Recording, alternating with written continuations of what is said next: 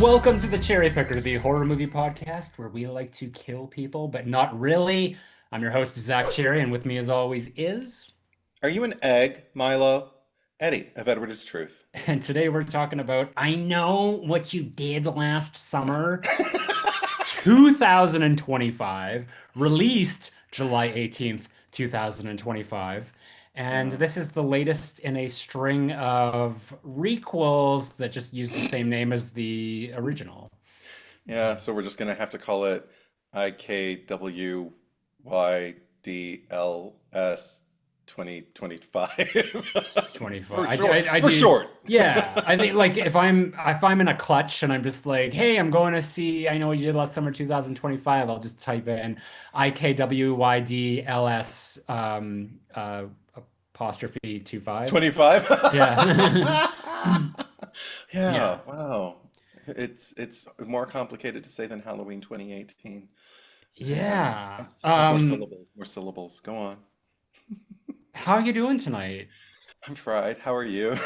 Also, Friday. I just got finished moving, so Yeah, it looks I'm in a, good. thank you. I'm in a new place. If you're watching, you can't really see it because I'm like boxed in my little corner here that I've allotted myself. And, Eddie has his little corner. In the middle, we got all the chats going. So thank Yeah. you to everyone who's here right now in the live stream, There it is, the live. the live. Which we do every Monday. Well, every Monday that, Four that we Mondays can. out of the month, Full monthly. Mondays, full Mondays of the month. And this is an exciting one. I think that a lot of people were really eager to hear us talk about I Know What You Did Last Summer Oh, I 25. know. I've already been, somewhat vocal about it on my main YouTube channel and here and there, but I don't think Uh, we know what your opinion is of it yet. So, cards on the table, Edward. What is your opinion, and then what is your ranking? Because this oh is the this is shit. the this is the fourth one, and we've got to we've got That's to yeah see, rank it. that's okay. Okay, because I know okay. Okay, nothing's easy. Nothing's ever easy because listen, I posted in my story today the usual thing that I do when I see a movie that's like, in the movie theaters. I did the poster and I Oh, just said just saw so and then you can see the title, so I just saw the title and then I just say wow, period, leaving it as ambiguous as possible. yeah, I The got it right here. amount the Yeah. amount of people, yes, who were in my story, in my getting responding in my DMs who were going like what? What are you talking about? I was actually really underwhelmed by it. I'm just kind of like, in paragraphs where I'm just like, what? It's a joke, guys. And then other people were just kind of like, I know, right? I think it's much better than everybody's saying. And I'm glad you feel the same way too. And I just send an emoji. When I can't send a GIF, I send an emoji and I just sent one with the zipper mouth, just like later. And if somebody's like, well, what did you think? I'll be like, potting about it in 2.5 hours. Check it out later. See, because wow to me, I mean, like, because you could interpret it as like, wow, or like, Right. wow, Jennifer Coolidge, or or or Owen Wilson, like, wow, exactly. like or just like the incredulous, like, sort of like, wow, yeah, Wow. wow, yeah. And there's always a period at the end of my wow, but maybe it's because the wow was uppercase this time, and usually it's lowercase. Yeah, you got I to do don't the know. lower, like little wow versus big So wow. maybe it's me. Maybe it's my bad. But anyway, okay, well, cards on the table. I will say I was not looking forward to seeing this movie. I tried to divine myself in the car just by playing another podcast all the way up there to keep myself laughing. Whitney Cummings' podcast, if anybody's curious. She's fucking hilarious to me. And then I get to the parking lot and I made sure to park in the shade. I'm like, oh, that's nice. I won't walk into an oven after the movie's over. Like I'm already trying to bright side the shit out of my experience and sat down, watched the trailers, had a good time doing that, and then movie started, and I was like, here we go. And we start with that shot, and I'm sorry, I'm getting into the pod, but we start with just like the shot of like, over the water, and I was just kind of like, oh, okay. Like, because they started the OG this way. Yeah. I feel like for a great deal of the movie, I was doing that, just going, oh, okay. Not to everything, but I know there are people who know that I really dislike this franchise on the whole. And not even dislike, I mean, it's just not my franchise, and I Mm, don't turn to it the way other people turn to it. yeah. Um, it wasn't that bad. I was like, eh. But I know there are people who want me to like tear this movie a new one. And it's not going to happen, guys. I will go after the things that I do believe are worth going after. But in my ranking, I'm sorry if this makes anybody mad. I guess I'd do, uh, well, always at the bottom, Yeah. then ascend to still, then ascend to this, and then do the OG. Um, Oh, wow. and That, actually, wow, there's my wow. yeah, the Yeah. thing is, actually, these two, I have to see it again. My top two kind of share the mantle with each other. Because like I said, I don't have a dear place in my heart for the Mm, OG, so it's easy to kind of like go, they go hand in hand. All right, I would take either of them. If somebody was like, "Can we watch this?" I'd be like, "Sure." Not enthusiastic, but I'd be like, "Yeah, I'll sit through it." Either one. And what interesting. about you? What about you? Would you buy Yeah. it? Would you own it? I own it. Probably. No, no. Okay. I think, but if it were on a platform that I already had like a subscription to, Hmm. and the mood was right, yeah, I'd stream it again. I'd see it Yeah. again. Yeah. How about you? The thing, and before I get into my opinion, Yes. and I don't mean to throw you under the bus or anything, but before we started rolling on the podcast here, we were talking about just the requels and just like Yes. our the requel fatigue. And Edward mentioned Halloween 2018 and how he used to love that movie, and now he just is not a fan. No, And there's just as much to criticize as there is to praise, I say now. so with you, I'm always like, Yeah. I've taken the stance of like, just give it time. Just wait and see it'll take a turn. Even if I'm Um, just lukewarm about it, you yeah. think I'll sour on it eventually? I mean, you could sour or you could sweeten, you know? That's true. I have Yeah. that happened to me recently with what was it? Oh, with 28 days later. I did not like it back in the 2000s. I don't know what my fucking problem was. That's a damn good movie, and the original, I had a really good time with it. And I'm like, Hmm. I think I gave it four. I think I gave it 4 stars and Okay. a heart. Like I was like, I like this. I will Wow. return to it and watch it again. Good, damn good movie. So who Yeah. knows? We change. People Yeah. change. That Yeah. said, what's your vantage? So I mean, I'm like you. I'm not like crazy about this franchise. I have fun with certain elements of it. Yeah. But I didn't have high expectations. I expected like I set my expectations really low, and I'm like, I'll have a good time with the movie. And I Yes. mean, I didn't not have a good time because I didn't I don't look at the original as like this slice of Americana that like other people do, like this like Yeah. great like on par with Scream Okay. slasher movie that's just as important, just as like well crafted. I don't think it is. I think that it's a much inferior product Mm-hmm. in terms of the original, Okay. with a lot of great things in it. So I don't I don't necessarily I wasn't going into this knowing like, okay, I'm gonna feel betrayed by this, I'm gonna feel betrayed by that. And this, will lead into more of my requel fatigue that I'll talk about later. Sure. But I at least expected something that was kind of coherent. And the thing that really kind of annoyed me the most, I'll say, is just how, I mean, I hate to say it, but just like slipshod it was put together. And I think a lot of it in the post-production, and when Okay. you kind of like follow the movie, like I've been following like the news of the movie for, not like intently, but like just have heard enough to kind of understand or like have a grasp of something and then seeing it play out to know Mm, what happened. And I think that what happened here was that there was this impetus to have Freddie Prinze Jr. and Jennifer Love Hewitt come back, and there and this is the director has said this, like there was no other way we could do the movie without both of them. yeah. And I think that that hurt the movie. I think that the need to have both of them and accommodate that hurt the movie because what we're seeing in this final product is like I guess the requel aspect of it, or like the new kids, and then we also have the Julie James of it all, and like because of scheduling or what have you, neither side of that, like neither faction was really able to come together in a satisfying way that felt like it was like able to intermingle successfully. So I feel like there's two different movies here and neither of them are really finished.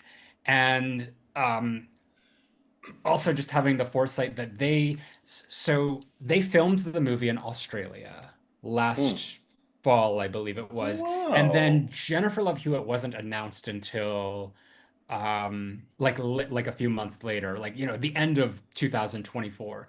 So she never left Los Angeles. They filmed all of her stuff in Los Angeles and like did a lot of that. And that was in February. And Okay. then they put together test screenings that they just like just to kind of get something out there to just hear feedback. None of it was really like all that positive from what I understand. So Oh. then they went and they reshot just I guess to fix things that they felt people weren't liking. So they actually did reshoots as late as early June. So this is a month and a half to a month, like a month to a month and a half before the Hmm. movie released on July 18th. And Yeah. it really shows because there's just sort of like all this stuff like smushed in there that doesn't really like add up continuity wise. I feel like there's so many loose threads just like lingering. Mm. Apparently, it was like a completely different ending. Characters' fates were different in this version, and I think like overall, like for me, like the Julie James of it all. Not that I really needed a big to do with her. It just felt like why bother?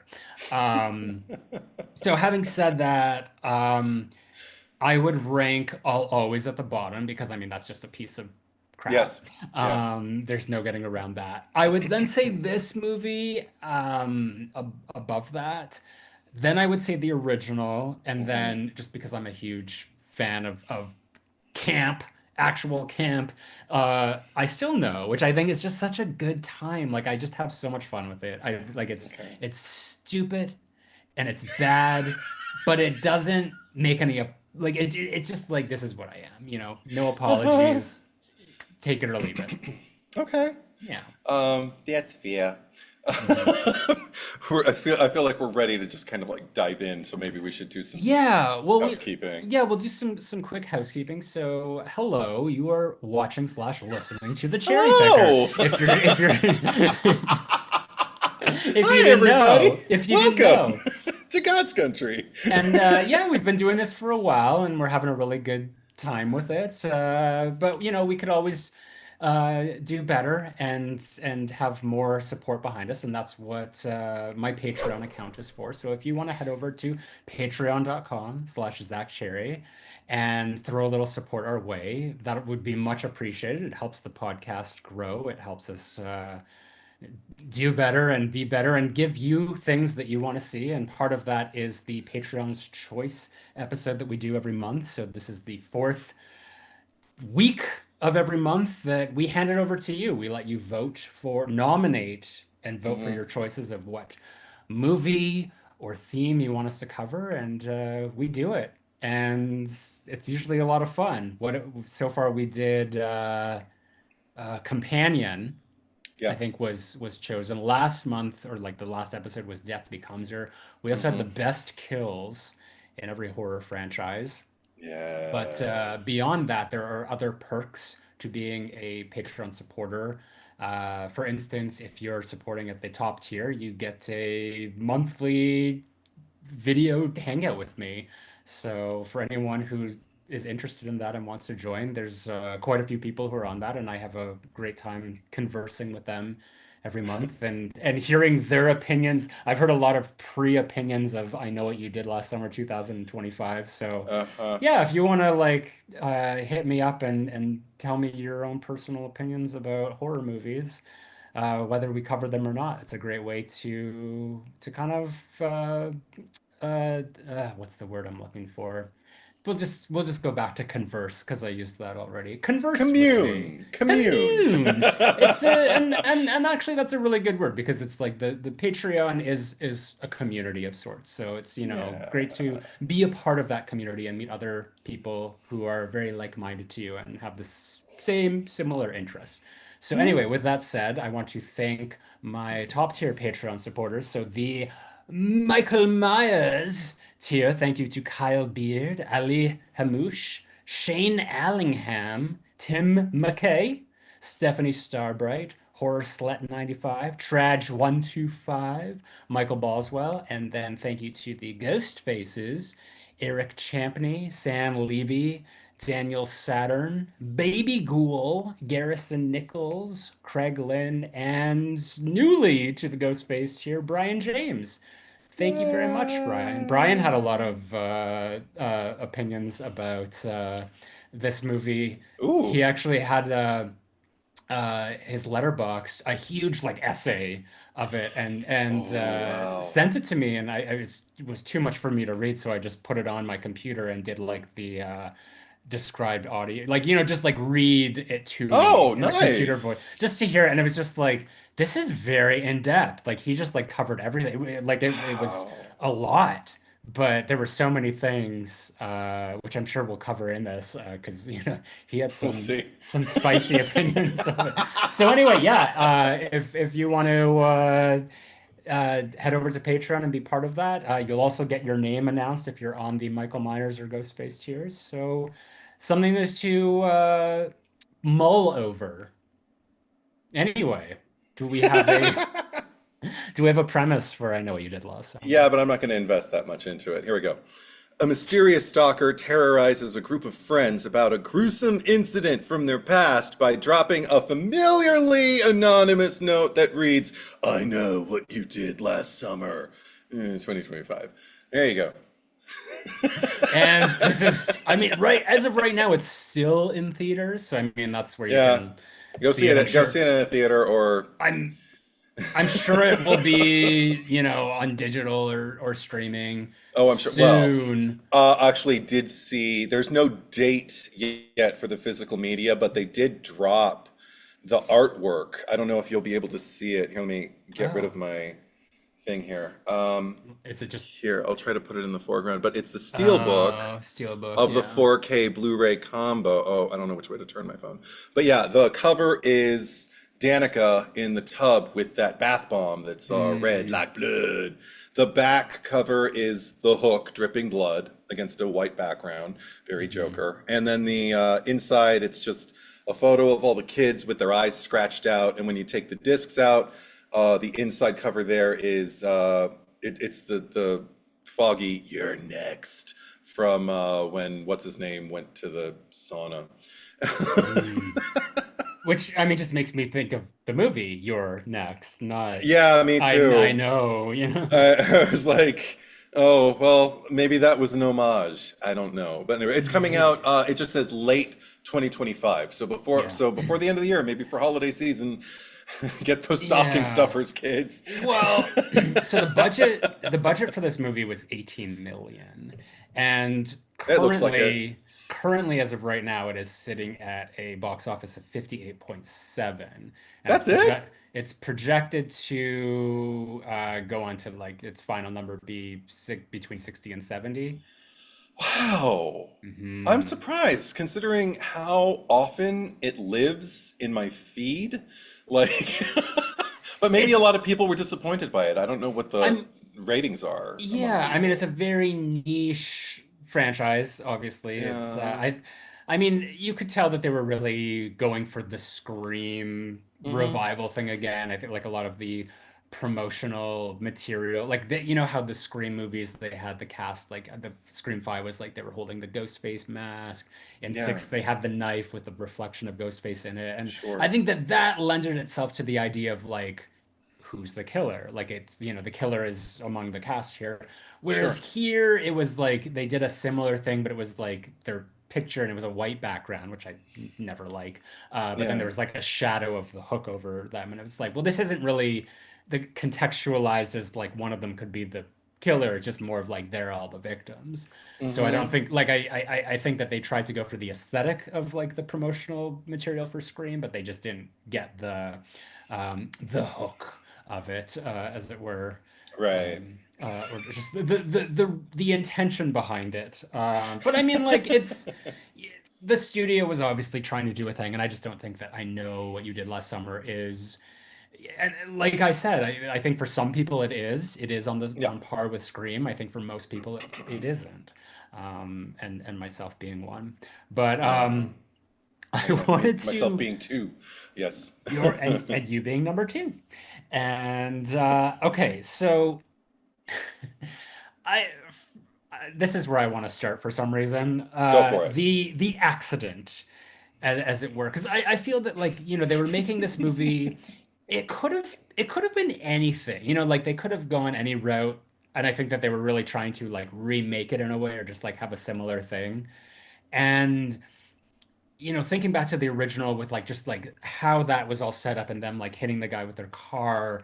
Yeah. I feel like here it's the stakes are so much lower because would they really? I mean, that car came speeding around the corner. I think that he's probably liable for some of that because like as far as I could tell, and I'm not like super familiar with the law, Hmm. but I'm thinking like this is reckless endangerment at the most. Okay.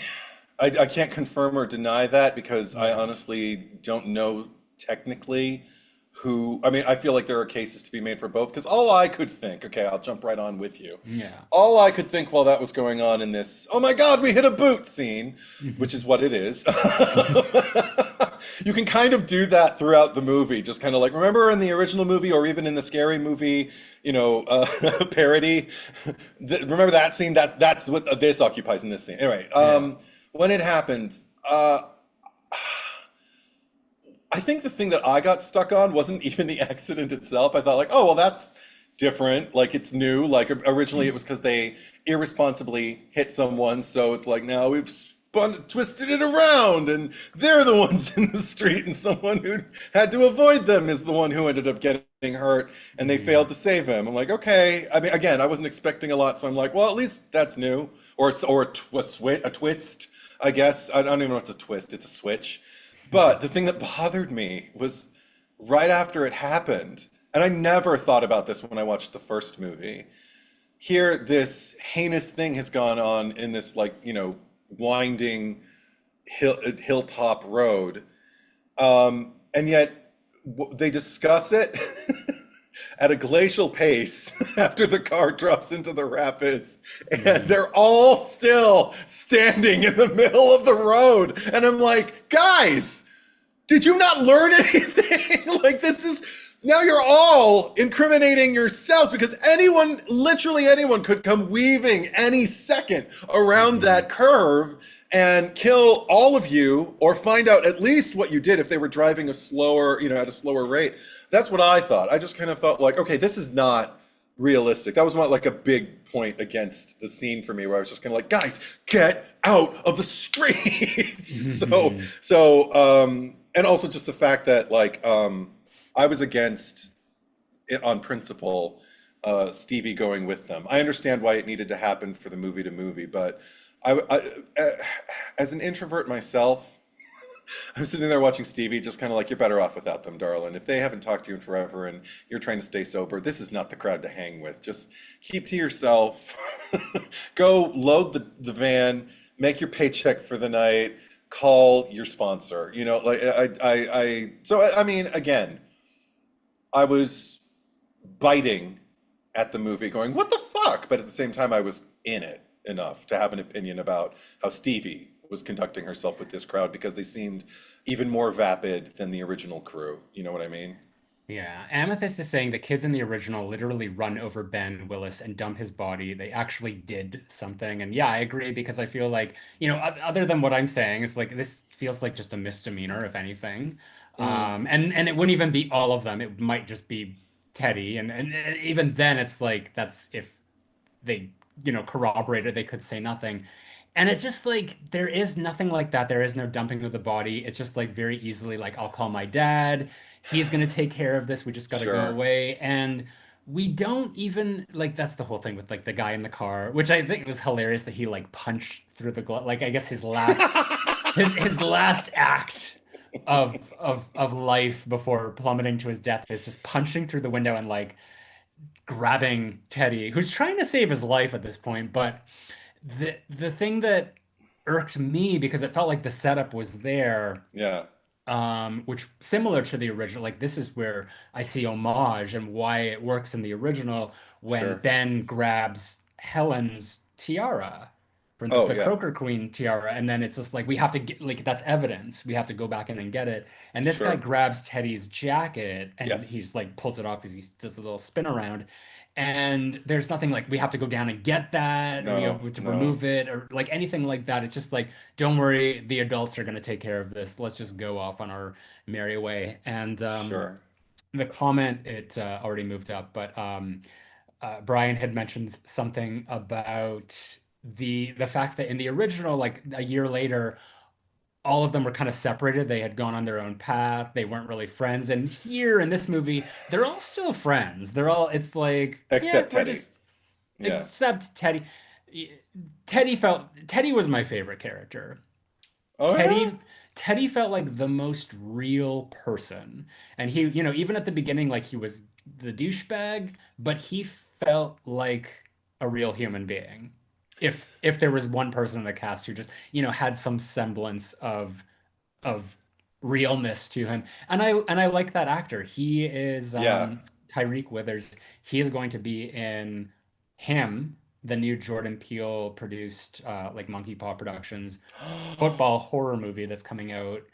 I think it's either this month or next month. Oh, So shit. I really like him. I think I the do cast too. the cast was they did a fine job for what it is, Yeah. but he stood out to me the most, just like actor and character wise. See, that's interesting because you and I, we're gonna echo something ourselves here, I feel, with if he's Yeah. your favorite character, because my favorite character, not yet in the course of the movie, Hmm. because my next note literally, I think I wrote, I didn't know Teddy's name yet, so I just wrote Nepo Kid is the worst.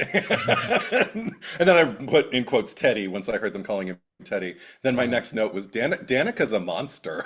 But She my is. but this is the thing. She's my favorite character, and we'll get to all of it. But what I will Hmm. say is, I love the turnaround that I experienced with her because initially I started off feeling like I had a major critique with the way she was handled. Because for all intents and purposes, I feel like Teddy, if we're, modeling it after like the OG and everybody's kind of like a new Hmm. version, not everybody, obviously, but the first four plus Stevie, um, who is no longer, I mean, spoilers, sorry guys, I already spoiled it, but, but, or did I? I don't know, I just named it, No, I but don't okay. think you have. Yeah. I didn't. Okay, so this is spoilers. So watch the movie if you give a shit. Anyway, because we're gonna go in now. But anyway, so Stevie's like the killer, so she it doesn't matter.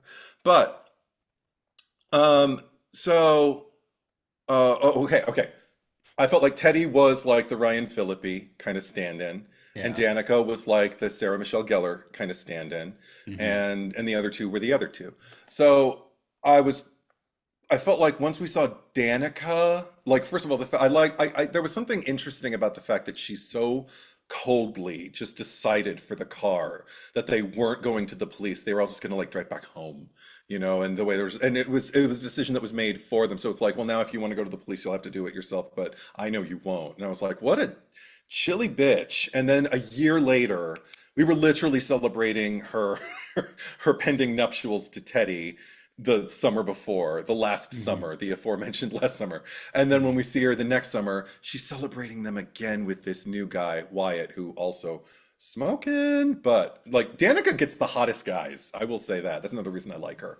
But to see her yipping around and being so selfish and self-absorbed, just me. Like it was the me party and the me parade and the everything. I was so turned off, and I immediately missed Sarah Michelle Gellar because I immediately thought about the first movie and just thought, well, I remember like she seemed to be just kind of like, everything's going my way and everything, and then this thing happened, and she was immediately stripped of like her power and just ended up becoming kind of like a mortal among the rest of us, working some menial day job and having her Hmm. sister like lording over her and criticizing her and feeling self-conscious seemingly for the first time. Like what a fall from grace for this girl who had everything going for her just a year before, which made her immediately endearing to me. So Danica, I was just kind of like, wow, she's just kind of like, take two, it didn't happen. Can I Yes, just pause you for a second there, because go for so we don't lose it, since we're talking about Helen and her sister Elsa from the original. And this was mentioned before it. we started rolling. It was in the chat. So according to their gravestones, and since we're big, well, at least I am, uh, Zodiac aficionados, Helen is confirmed canonical Virgo, like Edward over here, and Yes. Elsa, the icy bitch sister, is a Scorpio, like me. Yeah. Does that check out for you guys in the chat? I mean, I would play Helen to your Elsa any day. You're gonna be like, Zach, let me in, and I'm gonna be like, oh, I forgot the keys. I'm just gonna like Yeah. dawdle over there.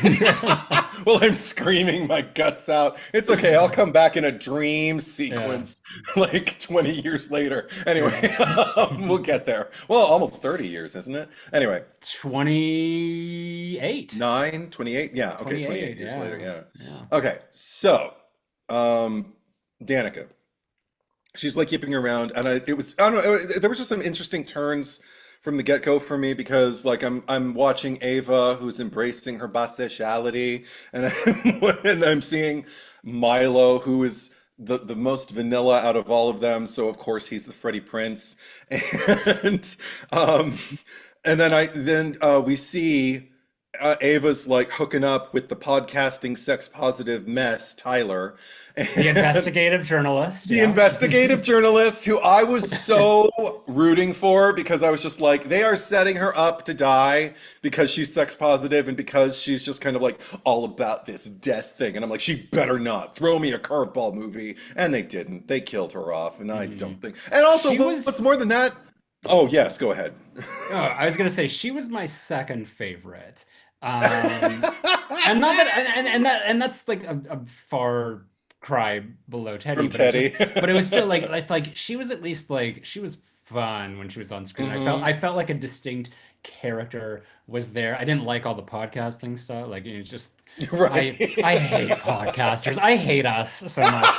But I hate the way we're but represented on screen. We are it's the new actors. Whenever there are I actors in a movie, they're the most vapid people. So now podcasters and Yeah. influencers are And that. Yeah. and on that note too, just like sort of like I guess what this movie is doing, because it's pandering to the nostalgia crowd and it's Sure. pandering to Gen Z, but I feel like it's very disrespectful to Gen Z. And I mean like I someone chime in if I'm speaking out of turn being an elder millennial here, Right. but it just feels like uh, it's like you said, it's just like it's a very vapid kind of Yeah. mindset. It's just sort of like Mhm. I think that just because like Gen Z is sort of like immersed in all like like TikTok and podcasts and just like all these things kind of came out within their generation. It doesn't mean that that like represents them as people, and just like this No. shallowness. I feel that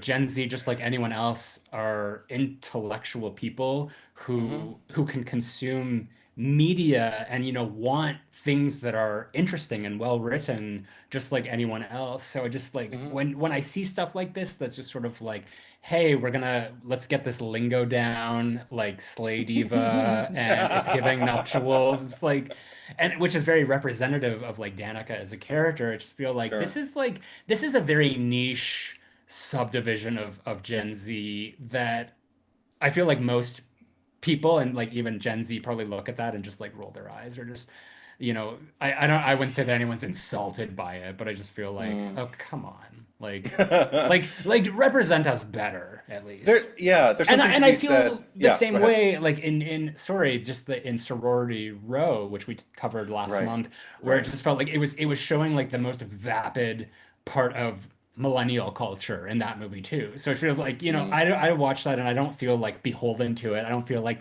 yeah, those are my people. I just feel like, God, this is just not good character. But, Oh, we I talked still about that. feel, well, yeah, we talked about Sorority Row. I would watch that before I would watch this movie again for sure. I agree. Yeah, Any of yeah. these, I and I think I said that because there's so yeah. much to compare. But Hmm. when I see that, I see caricatures imbued with dimension they aren't usually granted. When I see something like this, I don't know if it's even specific enough for me to come up with a succinct terminology, like to really grasp it. I'd have to really sit on that for a while and hatch something. But what I will say is I agree with you that just in general, my opinion, I have my own reaction to the internet and social media in particular. I'm really looking into redefining my relationship with it and trying to maybe, I don't know if lessen is the term, but maybe just curate what I give my energy to a little bit more effectively for me. That said, I don't think social media is the problem or that Gen Z is the problem or anything like that. I think that it's like anything else throughout the course of history. It has the tools to become kind of like the undoing of everyone, and yet it still has these tools to broaden your mind and to broaden just your perspective, like of the expanse of existence, like everything that came before, so you can deal with what's happening in front of you and what's happening beyond this moment. Hmm. Yeah, so I agree with you there. But as far as the representation, because again, like I said, I don't know how much. I can't really categorize what this movie is because it's not really for me based on a steady, consistent franchise anyway. I just Hmm. feel like the things they hit for the most part worked for me either for myself as a moviegoer or worked for me because I'm like, oh, because this is the franchise we're in. Okay, that's what I.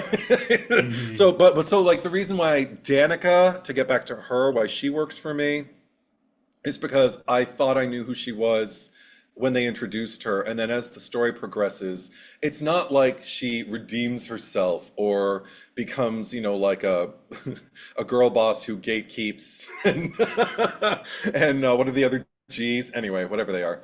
Someone in the chat will tell me. But gatekeep something else in girl boss. But she does end up being someone who I actually care about to the point where when we get to her kill scene, I don't want it to happen because I've seen this person be vulnerable. I've seen this person do the best they can. Oh, because the first kind of kernel of that for me, because here I am watching her at her own little me parade, and then she gets the note and she responds to it. And then, but it's in front of everybody, so she can't really. But, I thought she did a good job walking that tightrope of it affecting her, but still keeping putting on airs, like Hmm. people people are watching, they can see me. Um, Ava, Stevie, maybe in the kitchen. And even in that scene, like nothing really breaks through. What happens, I think, when it turned for me was when she and Ava are alone together for the first time in a year, and they're sitting, and she apologizes for being so distant from her, and Ava starts to apologize. And I think the performances are also kind of like what really made it sing for me. But the fact that I was watching two people, again, like in an echo of Sarah Michelle Gellar and Jennifer Love Hewitt in the car in the first movie. I remember feeling there was a real friendship that they were, at least Sarah Michelle Gellar, Helen was reaching for with Julie. So there was a sense of loss. And I was like, okay, that feels real to me. With this, watching two people who were just willing to just kind of, I'm just so tired of pretending anything. I'm pretending that I'm okay, of pretending that I'm okay being apart from you. I just miss you and I want you in my life. And I'm gonna tell you that. And the fact that then came the disclosure of Danica's that she's not doing all right. She is so fucked up. And even there was something, I can't remember how it happened. Oh, it was in Danica's exchange with Wyatt, her new guy, when he's just kind of telling her, remember what the doctor said, like, I'm not, so whatever he says, something again akin to like, I'm not going to go anywhere and you can trust me, you can feel safe with me. You're safe, you're safe with me and whatever. And she just says, I'm safe, something like that. And I remember thinking like, that's why you're reaching for this, because you're reaching for anything that is going to make you feel halfway normal again. This is how you cope. It's by, well, that didn't work out. That whole thing with Teddy, I can't marry him in his current state and I can't help him.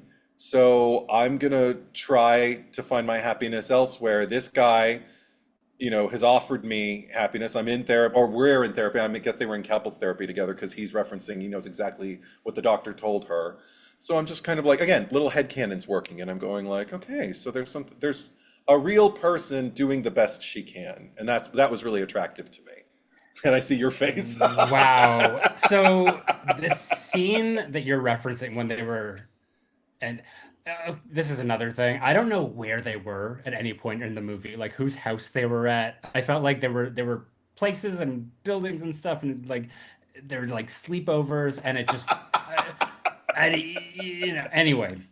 It Yes. was really hard to track locationally where everything was. The scene that you're referencing where the two like after Wyatt has been Yeah.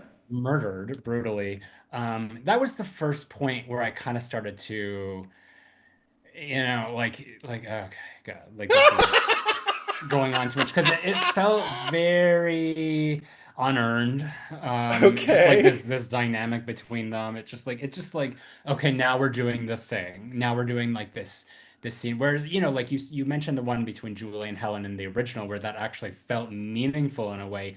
This felt like it came very early in the movie and it didn't feel natural. It just felt very Mm-hmm. written to me and I don't Oh, like all these things that you're saying about Danica, like the things that she's talking about in this scene are just so vapid and shallow. Like she's like Ava's like, don't worry, you're gonna be a hot widow. And she's like, well, that was already understood. And it's like, this is not real right now. Like you're like the person that you were going to marry mm-hmm. was murdered and displayed for you to find them like the trauma and this movie really tries to go hard on trauma. It's Yeah. like the trauma of that is just not representative in this scene at all. Like if what way where are you going? Are you trying to be comedic? Are you trying to be realistic? Like what are the stakes here? And she's just making these flippant jokes about this and like, oh, I missed you so much. Like, I don't give a fuck about you. And this friendship and that you didn't talk to me for like the last year. Like the guy that I was gonna spend the rest of my life with was just fucked up. Like It I don't was a know. fucked up display. It was Yeah. yeah, but I'm like that aside, it just like that moment other than just I feel like being very like perfunctory and just like your typical okay now the characters are gonna talk and talk about their feelings and like force these feelings out there that aren't earned and aren't set up in a way but we're also gonna have Danica be that way and just like be that kind of character and I feel like if this movie was going that route of just like being comedic and being like, I still know what you did last summer. Hmm. That would have worked. That might have endeared me to Danica as a character and just like, oh, so she's kind of like a Cordelia Chase type of character. Yeah. But here I just like I couldn't understand her because she might have been like the most inconsistent character for me.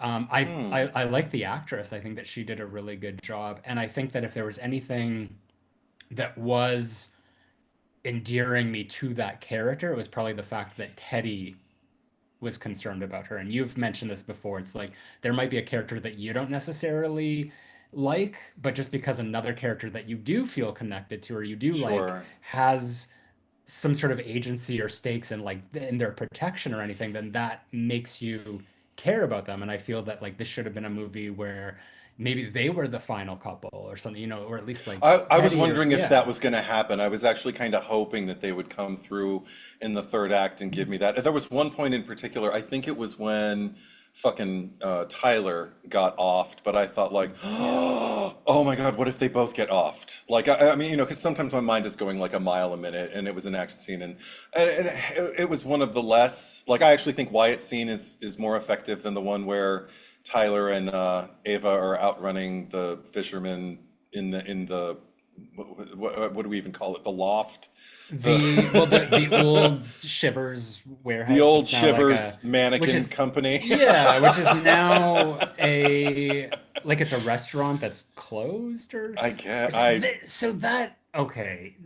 None of let's just fast forward to the end here, just with like the okay. motive, and I guess like these killers being more, I guess, like moralistic in a way, and like we're going after people who are connected to this. And I know like in the original, like Ben Willis was just sort of like, he would kill anyone that was just in the way. Like and with the revelation of what we found out about Ben Willis at the end of the first movie is that they hit him while he was trying to cover up his own like a murder that he had Yes, committed, yes. and then everything we learn about him in the sequel, like he is not a good Hmm. person. um so he has no problem killing people like what's his face from Roseanne and Oh, big Johnny name Galecki? Yeah. Johnny Galecki, and like all these random people. So Yeah. here it's just given like Ray, at least let's just focus on Ray for a moment, just like sort of his position. Why is he killing Wyatt, who had nothing to do with this, no knowledge of it? Why is he killing Tyler, this podcaster, who actually, if we go to Ray's monologue at the end about how, Southport erased history and yada yada, and here's this podcaster, this investigative journalist who is Hmm. trying to unearth this scandal about the town and actually shed light on it and like help his case. Yeah. Why is he killing her? And why are they killing the poor graveyard maintenance guy who has nothing to, other than their own fuck up for leaving flowers at the grave? So it's like these killers are assholes and they're Yeah. not even, they can't even be consistent with their own justification or motives. And that's why I go, oh, okay, because this is not the first movie in this franchise to do that. In No. your top film, the fisherman is literally going after the only two people who know his secret and keep his secret, and he is trying to kill them and kill the people around them for no Mhm. good reason. They haven't done anything. They literally kept his secret. They have no reason to tell anybody. So it's like, well, I'm going to kill you anyway. So that's why I Yeah. just kind of go like, oh, well, of course. Yeah. I think that with Ben though, it's just like that's like a revenge boner. And and like Okay. I said, he's just not a good person. So he's fine with like, killing off whoever. Okay. And I don't think that that's one of my gripes with I Still Know is like at the end when he shows up there, and especially for like a character like Julie who is established in the franchise as like she's going to law school, she's going to Hmm. be a lawyer, she's going to like argue things and like to get to the end there and have Ben confront her, and like that's just it's all swept under the rug so quickly. But there could have been a moment like, the Scream 3 finale where Sydney's like, you know why you choose to kill people, Roman? Yeah. Because you Right. do. It's just Yeah. like that's on you. If there was something like that between Julie and Ben, Oh, or even in this, like with Julie and Ray, and like just kind of no. establishing that. But it's just like that's never been a priority for this franchise. No. And that's why I'm just kind of like, yeah. Mhm. Because it never has, so at Yeah. least it's in keeping with the tenets that made this franchise what it is and why it's not one of my Sure. favorites. But Yeah. but and I mean I did get. I understand what you're saying about like why kill Wyatt and why, especially why kill Tyler and everything like that. But I think the intention, particularly on the part of Stevie, was to rob them of the people who meant quote unquote the most to them. Obviously, some people were commenting in the feed. It's, someone who was it who said, "I want to give you your due," but somebody said something that like Wyatt mattered as much to Danica. Oh yeah, here. It was Amethyst saying Danica was giving about as much concern for Wyatt as Gail did for her boyfriend in Screevy. And I agree I would say even 100%. less, even well, for Gale, Well, it's even well, less. also, Yeah. I mean, okay, to speak to Yeah. the joke thing, because you were like about like the whole like going to be a hot widow and everything like that. I was just kind of like, okay, some people got a dark sense of humor and that's how they cope. I don't have a problem believing that Danica is that bitch or that Ava is that bitch, because to me, Ava has even less to her, which makes her a really good Julie James prototype. But but the thing was, if the intention, Stevie's kind of like professed intention was to hurt them as much as possible, you have to keep them alive for as long as possible before you take them out and strip away the people who they care about. And she did take away both Wyatt and Teddy from her. So she got to like do a double whammy. And maybe it was just a game of roulette. Like, I'm going to guess, this is me, Stevie. I'm going to guess that Danica's still carrying a major torch for Teddy. So I can't kill him too soon. I'll kill Wyatt first and just make it a grisly ending. But I'll make sure, if Ray does it, I'll make sure that he writes, "You can't erase the past." Because number one, that's exactly what she's doing, trying to marry somebody else. And number two, that's exactly what his on paper kind of like modus operandi Yeah. seems to be, is about like not burying the past and just allow and not, putting a fresh coat of paint over it and letting the legend live. Why he ends up, and I guess Tyler gets taken out for the same reason, because she's same thing. She had two people. She had Tyler and she had Milo, and both of them got stripped out because also it was Tyler is the podcaster. the podcast, the investigative journalist, Yeah. and So but who who had her? Well, I'm sorry, you lost me for a because she second. was the only reason Tyler was brought into like the whole thing Yeah. is because of her connection to fucking Ava. And Ava, so Ava, like, Well, same, like, they were just strangers that met on the plane. yeah, but still, like, Yeah. you don't want to see somebody you just fucked eviscerated because it makes you feel vulnerable. Well, Anyway. I mean, I don't. I mean, if we're delving into a who killed who scenario here, it was clearly Ray who killed Oh, here we go. Tyler because Tyler. Well, I mean, she Oh, because of unmasks him the and that says, was that was "Yeah, yeah, yeah, she said you or something. But this is the yeah, thing. This is the thing that I didn't understand if we're jumping, because we already kind of jumped to the end anyway.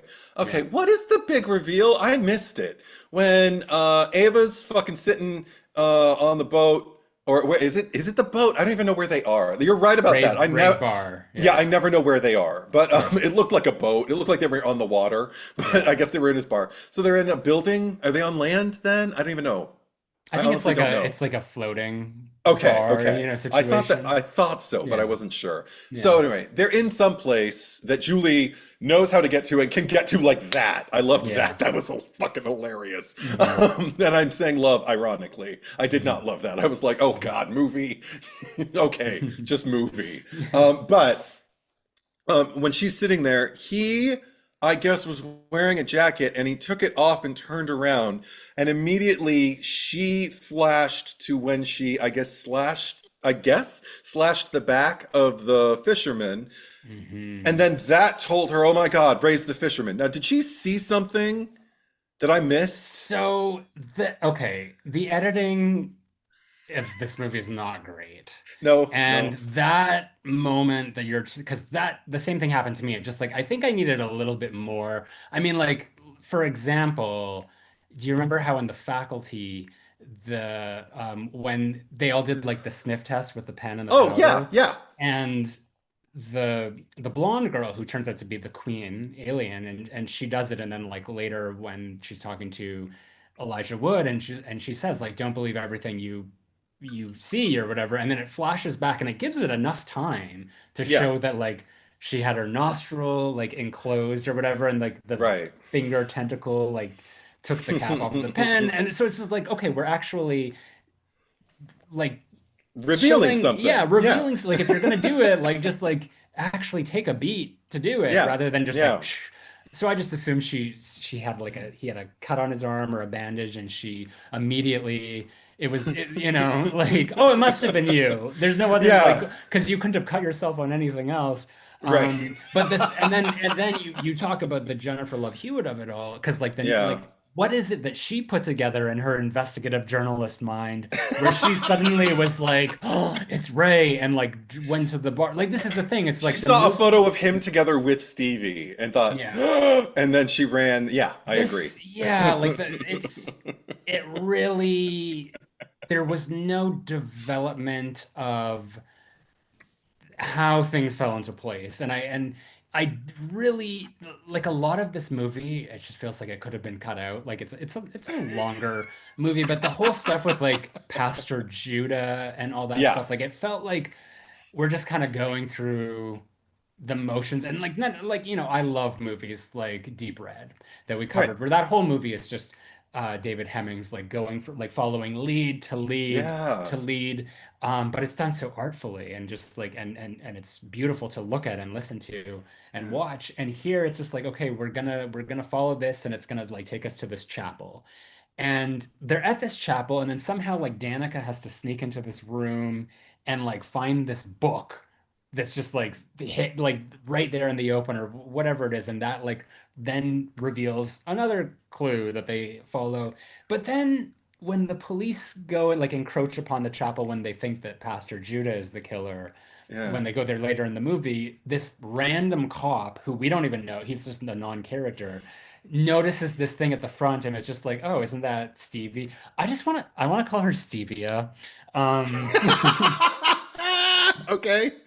So he Go for it. notices stevia with in this picture, and it's like, why couldn't they have just seen that? I mean, I know that that's like like a huge reveal to show that Yeah. for our main characters, but it just feels like kind of sloppy that they would go there and not see that, and then like that this big reveal happens twice, because first this cop sees it. Hmm. And then it almost makes the like it's treating the audience like they're stupid because we have to have this reveal twice, where we then cut to the boat and Stevie's sort of disappeared and we don't know what's happening. And then the fisherman comes out and attacks them. And then she takes off the what would you call it? It's just like a hat, The not the hat. cowl Yeah. or whatever. And It's not and even a and cowl. It's not even. It's a yeah, hat. reveal herself like this is like, oh my God, it's just like, wait a minute, what was that photo of Stevie? That's weird. Oh my God, it's Steve, like Stevie's the killer. Like it's treating its audience like they're so stupid. And that was the thing that really pissed me off about this, because this could have been a dumb movie, but it didn't have to like be insulting.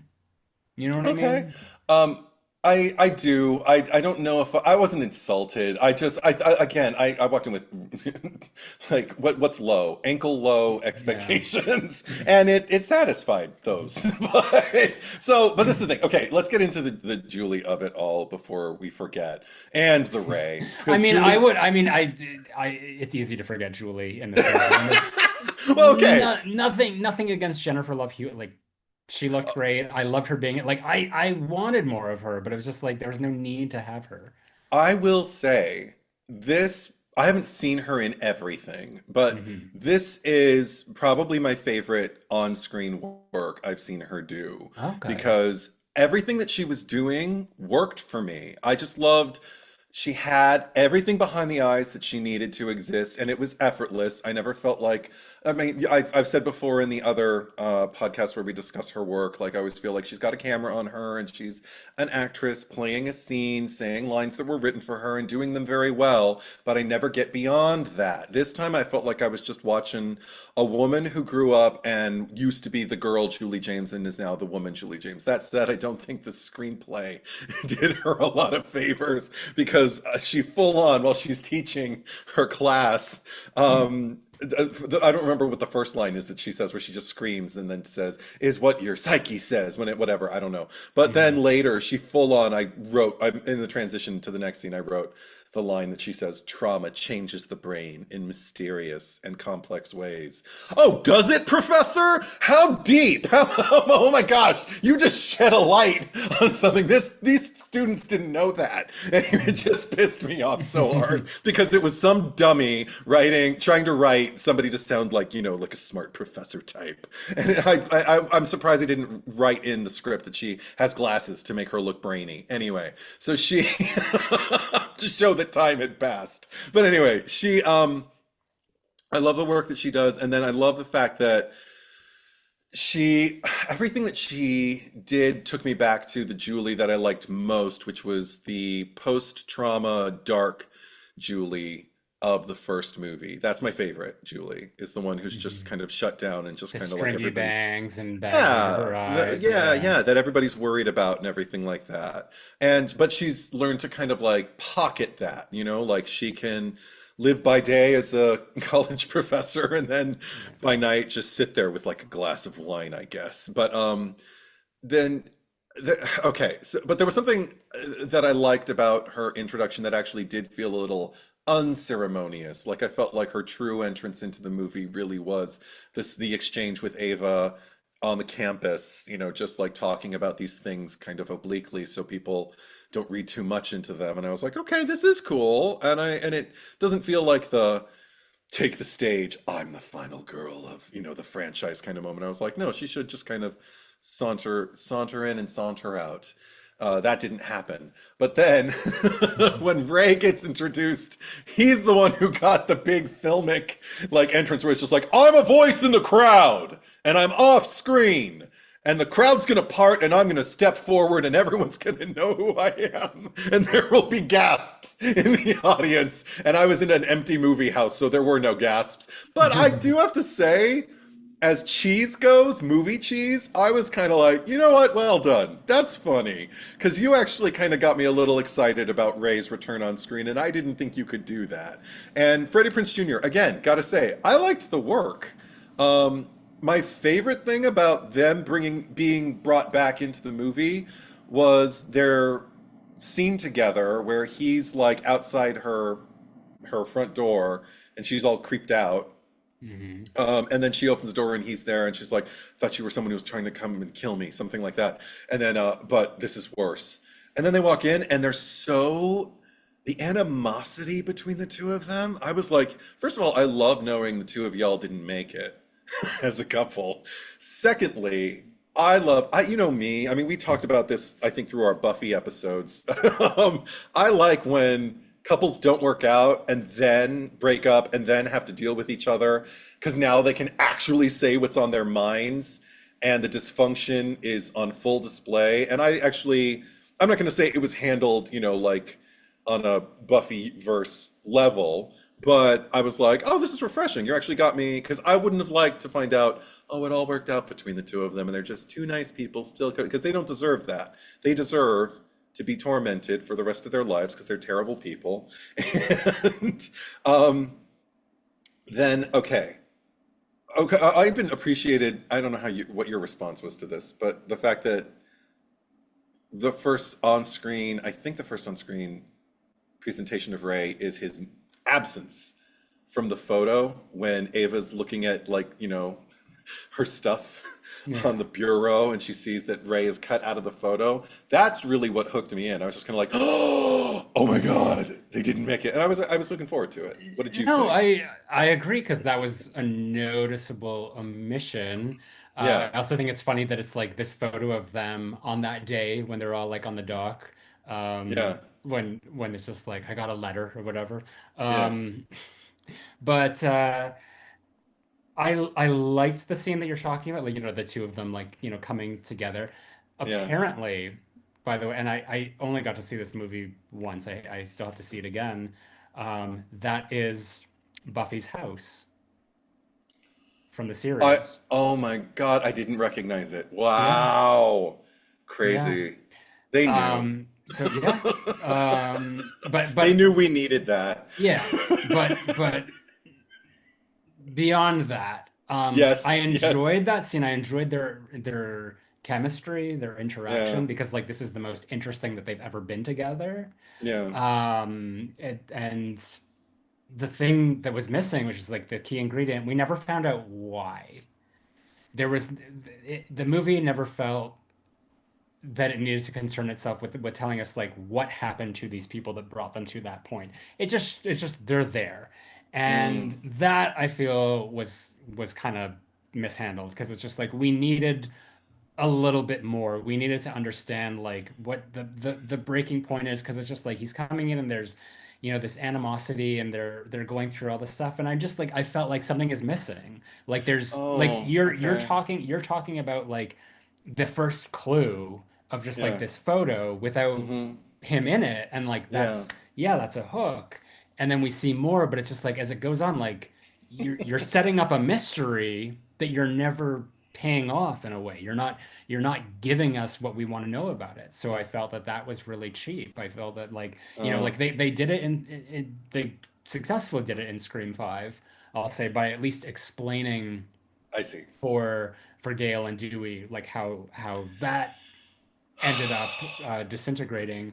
And it's like and it was easy and it was quick and it was effective and I felt that like those two characters like that moment was probably one of the stronger moments of that film. And see, this is where my what's the word I'm looking for? I guess my detachedness from the franchise is my superpower with this movie, I guess, because if you didn't tell me why Gale and Dewey didn't work out after all those movies, I would have been pissed. I would have been like, but why? I don't care. For me, it was enough to hear Ava ask, "You were married to Julie James?" And for Ray to go, "Unfortunately." And I was like, yes! Oh God, I didn't even know I wanted that. Thank you.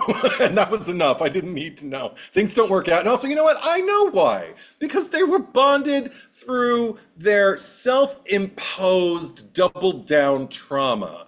Like, they're just two horrible people. That's all I. And also, oh, because that was another thing I appreciated about Julie. I wrote when Julie's like advising Ava in the campus, she just says, or no, in her house, I guess. I Yeah. wrote, Julie still Julieing. Get them before they get you, and all that. Like, fuck the fact that you might have been in the wrong and that you might have to atone for something, some sin or crime that you committed. Like, get them. And I was like, okay. And even, oh, because we're jumping all over the place. Even the finale, okay, I gotta say, I was shocked at first to find out that Ray was one of the killers because, it wasn't something that I felt was ever planted before. I'm not gonna say it was a successful reveal. I actually think it was probably my biggest note about the movie Hmm. because it's like, okay, you just made him interesting. Now he's too interesting. Like it's not even plausible anymore for Well, me that he's the killer. let Yes, me go ask ahead. you this. Do you like whether it was handled properly or successfully or not, do you like the twist? No, I thought it was enough for me. For me, I was satisfied with Stevia being the killer. And if she needed help, okay, it could have been any number of people. Why it had to be him felt like a cheap trick. It reminded me, I actually thought about this. All the people as the sequels and requels are continuing, um, it reminded me of all the people who post in my feed about how Sydney should be the ghost face this time. And every time I read it, I never agree. And I don't think I ever will because it's just like a, well, why? And granted, Ray's not Sydney, but like I said, it felt like a cheap trick. It felt like, no, he's not interesting enough to be this guy. Mhm. If he had been kind of like the dark horse the whole time, and I guess maybe it's trying to do like a Norman Batesian thing where it's like, well, he was just this friendly, unassuming kind of like whatever guy, and now he's dark. But I don't even think that much thought was invested in it or effort in the writing of it. I think they just wanted to do a trick. They did, and maybe it works for some people, but apparently not many because it's not doing well box office. I mean, Yeah. it's a success, but it's not like a blockbuster. But why? What do you think? I actually liked it You as a did. twist. Of course you I did. actually I mean the more I've thought about it, Yeah. it actually kind of makes sense to me, and I'll get into that Hmm. in a second. But I will say that it was unsuccessful in its setup and Okay. its execution. I like Yeah. completely mishandled. Like the intention was there. I just don't think that they were able to pull it off. I was sort of like I saw it coming. Like I guess like people who are, I guess, more savvier to this than I am, like saw it from earlier on. Like I guess when Tyler was Oh. just like, "No, but it's you." Like, but I'm obsessed with you, or whatever she says, and like, oh well, it could have either been Milo or Ray, based on Right, right, right, right, right. what she said. But I wasn't even thinking about that. The moment that I kind of put it together was when um Stevie had already been revealed and they were on the boat and Ray was coming up, and I was just like, I even said to my friend who I was with, I'm like, is Ray the other killer? Like I was just thinking, like, and I guess he already knew because he had like looked at spoilers online and stuff. But it kind of it didn't catch me off guard in, like, when it happened with like that whatever reveal that Ava had of her, like the Right, impression right, she right, had. right, But right. like it had occurred much earlier. But I was more confused because it's like everything that's happening doesn't make any sense right now with the whole Mm, like Ray and Stevia of it all. But just in terms of like who Ray is as a character in the first movie and the second movie, and just sort of like how he withdraws from everything. And then in the second movie, how he, like, because he always was like Southport strong. It's like, yeah. Julie, come back to Southport. Like, let's get married and let's live in Southport. And I'll, Mm, like, be a fisherman and continue that, like, this life that she just was not interested in. mm, He had this like weird obsessive streak that like kind of like could turn violent, because if you'll remember, mm. he went to that pawn shop and he sort of like threatened the guy in there to give him the gun even though it wasn't policy, and then he took said gun and went Sure. to the docks and held the guy at gunpoint to steal his boat. So it's just sort of like, this is someone who's capable of doing a lot of impulsive and Mm. not necessarily like on the level things. Uh-huh. And So justifying it to himself. justifying it to himself. So it's just sort of like, the more because at first I was like, oh my God, this is so stupid. This is why you don't make Sydney the killer. Yeah.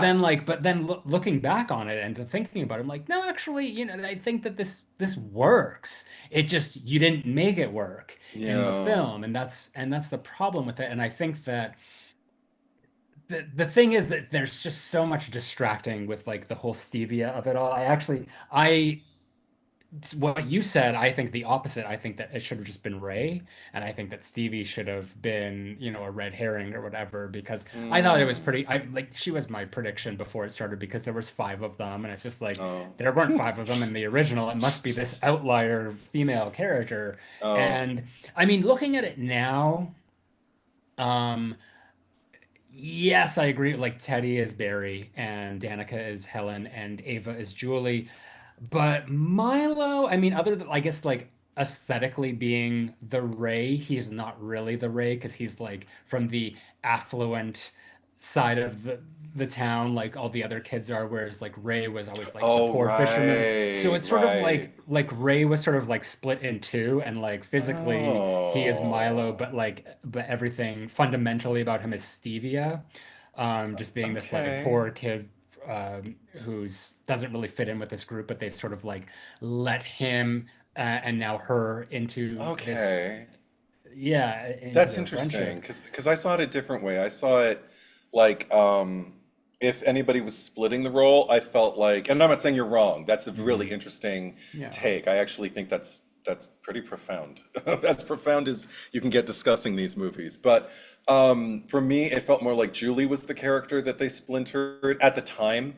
Hmm. With Stevia and Ava being that role because I felt like Stevia kind of like encompassed, I guess, the initial morality. Like she was the one who, seemed to kind of like I don't know, the one who you would guess like would be kind of like the most tormented by everything, the one, but then she ended up going along with it, and Ava's the one who kind of carried it. But I don't know, just because they seem to be like the most sensible out of the entire fivesome. Um, Mm. I felt like they were both kind of like sharing the Julie mantle, but that's interesting. Yeah. Yeah. Well, what I was gonna say Go ahead. about that too, just like why I don't like the two of them working together, because it doesn't, Yeah. again, it doesn't make a lot of sense. Because if like if Stevia is having her own, like she has her own motivations and her own methodologies as a killer that don't align necessarily with Ray and like what like his morals, because like if we're saying that, well, she killed this person and like he killed this person or whatever it was, Yeah. but it's just like there's so many points of this movie that I feel like it's bad faith storytelling, which I mean, I'm sure you could try to piece together some sort of justification, but there's two scenes of them alone. And I talked about this. I did a live stream on my YouTube channel. But Hmm. there's two scenes of them alone. The first one is after the town hall meeting, and Ray is in the back of his bar and he's brooding, and Stevie comes in, and it's just the two of them alone together, and she says, you never told me about this whole thing, which Yeah. just is like that's bullshit, because this is they've come together and they're working together as killers, which is also not clear by the end of the movie, but still, like, they're working together. These are conversations that they've had. So if they are saying this to each other, Hmm. that's fine if they're saying it for the sake of other people listening. But Hmm. everyone else is like in the like not in that room. They're in the like they're don't give me this like in case they overhear them, because it's like, no, you're having that conversation would have been, it's just like, okay, they're here, let's let's go, like, do we have everything, like, did we rehearse it right? Okay, let's go out there Right. and do it. But that's not what it is. It's like the film is directly lying to us by showing their interactions, which is just bad faith storytelling. And then the next scene, where they're together, is when she's like Teddy and Milo have been killed, and she's calling their phones, and he's Oh, like coming right. out there like carrying something, and she's like, she seems worried, and he's like, don't worry, like, I'll protect you, yada yada yada. And it's just like, okay, it maybe she's calling their phones as like an alibi, like she's checking in on them or something, and he's like, don't worry, like, you're not gonna get caught or whatever. But it's again, it's not a realistic depiction of like what these two together would be interacting as. And that's why, in Scream, we don't see Billy and Stu together alone. And like the one time or the few times that we do see them together, it's just like at the water fountain, it's just like, shut up, like, you're gonna, like, that's kind of the attitude that Billy has towards Stu, like, don't run your Hmm. mouth, like, no one Right. said you killed anyone. Yeah. And then when he like punches him in the balls later at the house when he walks in, you know what scene I'm talking about.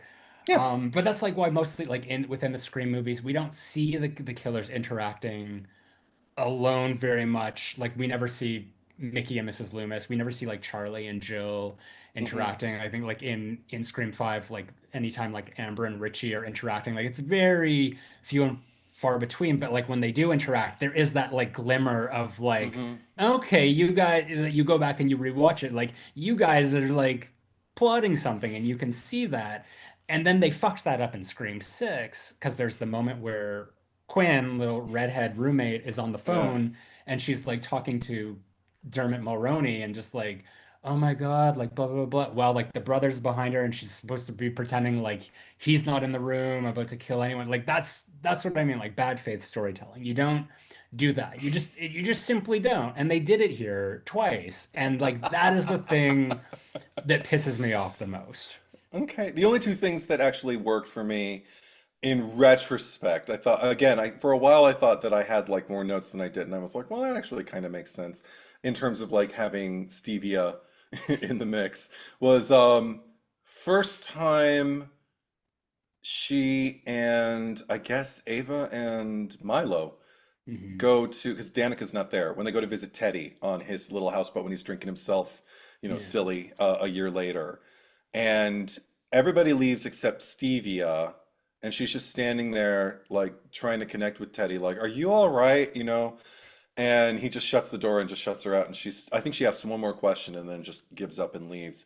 I remember thinking like, oh, because he's going through something similar to like what you went through with your recovery and everything, like pre-recovery. So of course you might hurt a little differently than your friends do. There might be a different, entryway of empathy for you. And then when she walked away, I was just kind of like, oh, I hope they don't like miss this opportunity because she's the one who should. If this is a series and we're stretching things out, Yeah. the person who should talk to him is someone who's already kind of like been down his path. And then when we find out that she's the killer, I'm just kind of like, oh, well, that makes sense why she would barely try. Well, I mean, just to be perfectly honest with you, I forgot all about that aspect of Steve's character Okay. until you brought it up Okay. now. Like that like just as an example. I mean, and maybe that's Oh, just me. Maybe other people like retained that, but it wasn't one of the things that I was like it's it, thinking about. oh, it stayed with me Yeah. when it was revealed that she was the killer. I was just kind of like, okay, so you found some way to justify all of this while remaining sober. Like this is your drug now. Like this is, Yeah. I don't know. And I love the that other, she works at a bar too. yeah. Oh yeah. Well, Yeah. that happens often, but Yeah. in movies and TV, they Yeah. always have recovering alcoholics working in bars for various reasons. But the other one was when okay, because I was going to ask you about this before I knew Ray was the killer, because I honestly Hmm. didn't know. I hadn't seen. Some people said it was spoiled in the trailer that you could tell that it was Ray if you saw the trailer. I'd never paid Hmm. much attention, so I don't know what that means. But Yeah, I don't know. yeah, if it was when he was standing there talking to her, and he was trying to, play the hostage, negotiation, Right. and Danica gets killed, and then he's just talking to her, and I don't even remember what the exchange was, and then all of a sudden he shoots her because she's just kind of like, "Well, I'm just gonna keep doing it or whatever. She's not budging, so he shoots her. And I literally wrote a question for you. How do you feel about Ray shooting her? Because I thought, like, that's not, and if we're talking about like a loose cannon kind of guy, Hmm. because at the time I was just kind of like, well, she was neither charging at you nor threatening you. I mean, she just killed somebody, but for her to just be standing there talking and for you to shoot her and for her to go under and then for you to go, like, kind of embrace Ava and tell her like, it's over now or whatever he does. I was just kind of like, I don't like that. I felt, and then once I realized he was the killer, I was like, oh, well, okay, so he's the killer, so he has no scruples. But then why did he shoot her? Like And then you're generally confused about this, I was or confused about it because I was just like, was he worried that she was gonna tell the story, but then the only person who would hear it would be Ava, and she's going to find out in just a minute anyway. And I yeah. forget if he justified why he needed to kill Stevia anyway. If he did, I've forgotten it. It did not stick. And Hmm. and then I didn't. And then also on top of that, sorry, just an ocean of questions. I could have sworn this is the only criticism I have for Danica. I can only stand about I only understand about 70% of what she says throughout the movie. Every now and then she says a line and I'm just kind of like, what? And there was like one instance where oh, it was like right at the end where she says something to Ava and it sounded like, I think you're missing me.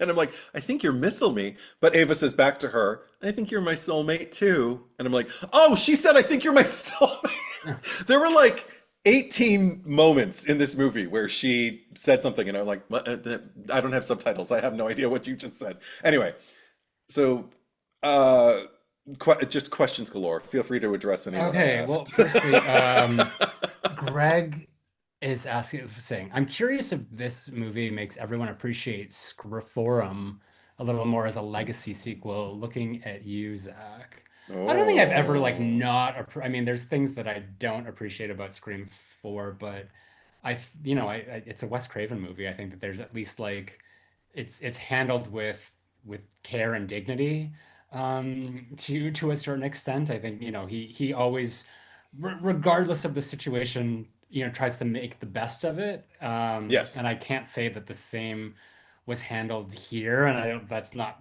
necessarily the filmmaker's fault. I mean, I couldn't know, but it seems like there was a lot of studio meddling with this one. But I mean, I Hmm. I think that this certainly makes me appreciate Scream 5 a Hmm. little bit more, even though I have a lot of issues with like logic and continuity and that, when you see something like this, at least with Scream 5, like in a post-production situation, it came together a lot more.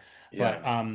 to answer your plethora of questions here. So this is where things get very splintered because the original ending, or at least what was like shown in test screenings, because I talked to someone who had seen them, and he had told me like what the differences were. So Yeah. the original ending actually ends with Stevie, I guess like she's in some mansion at the end alone, and she hears a noise and turns around, and then fisherman like jumps through a window, and that's in the trailer, that shot. So I What? think that, yeah, and apparently, like according to to what I heard, that the test screening version was better than what actually came to be. But It's giving Nightmare on Elm Street reboot at the it's end. Just yeah, Connie kidding. Britton, the mirror, Yeah, yeah. with the mirror. Oh, that fucking shit. The Anyway, go on.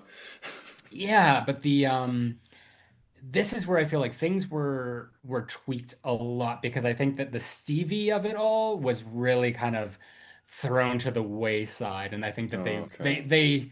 that was part of accommodating Jennifer Love Hewitt, Okay. because it does feel like Jennifer Love Hewitt or Julie in this movie could have easily been plucked out of it. There's like instances where the characters are talking about her, like in the one that you said before, where it's just like, you were married to Julie James. Like that Mm-hmm. conversation that they had could have still been the same conversation. They just erase any mention of that she went to visit Julie James.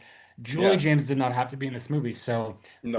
it really does feel like they were making this movie and they wrote the script to like allow the leeway, and we'll film all the stuff to like mention Julie James, but if we can't get Jennifer Love Hewitt because she hadn't been signed on yet, we'll easily be able to take that out of there. And I mean, Right. obviously they, by the time of the test screening, they had Julie James in there, but there was still like a lot of incongruities that, just because it was like there's two movies here that are not really um fluid with one another. And I Yeah. think that a lot of the Stevie stuff, because like her motive and the whole thing with like the guy who was her boyfriend or whatever, like all of that felt very much like an afterthought here. Mm-hmm. It just like we have to quickly just like justify this somehow.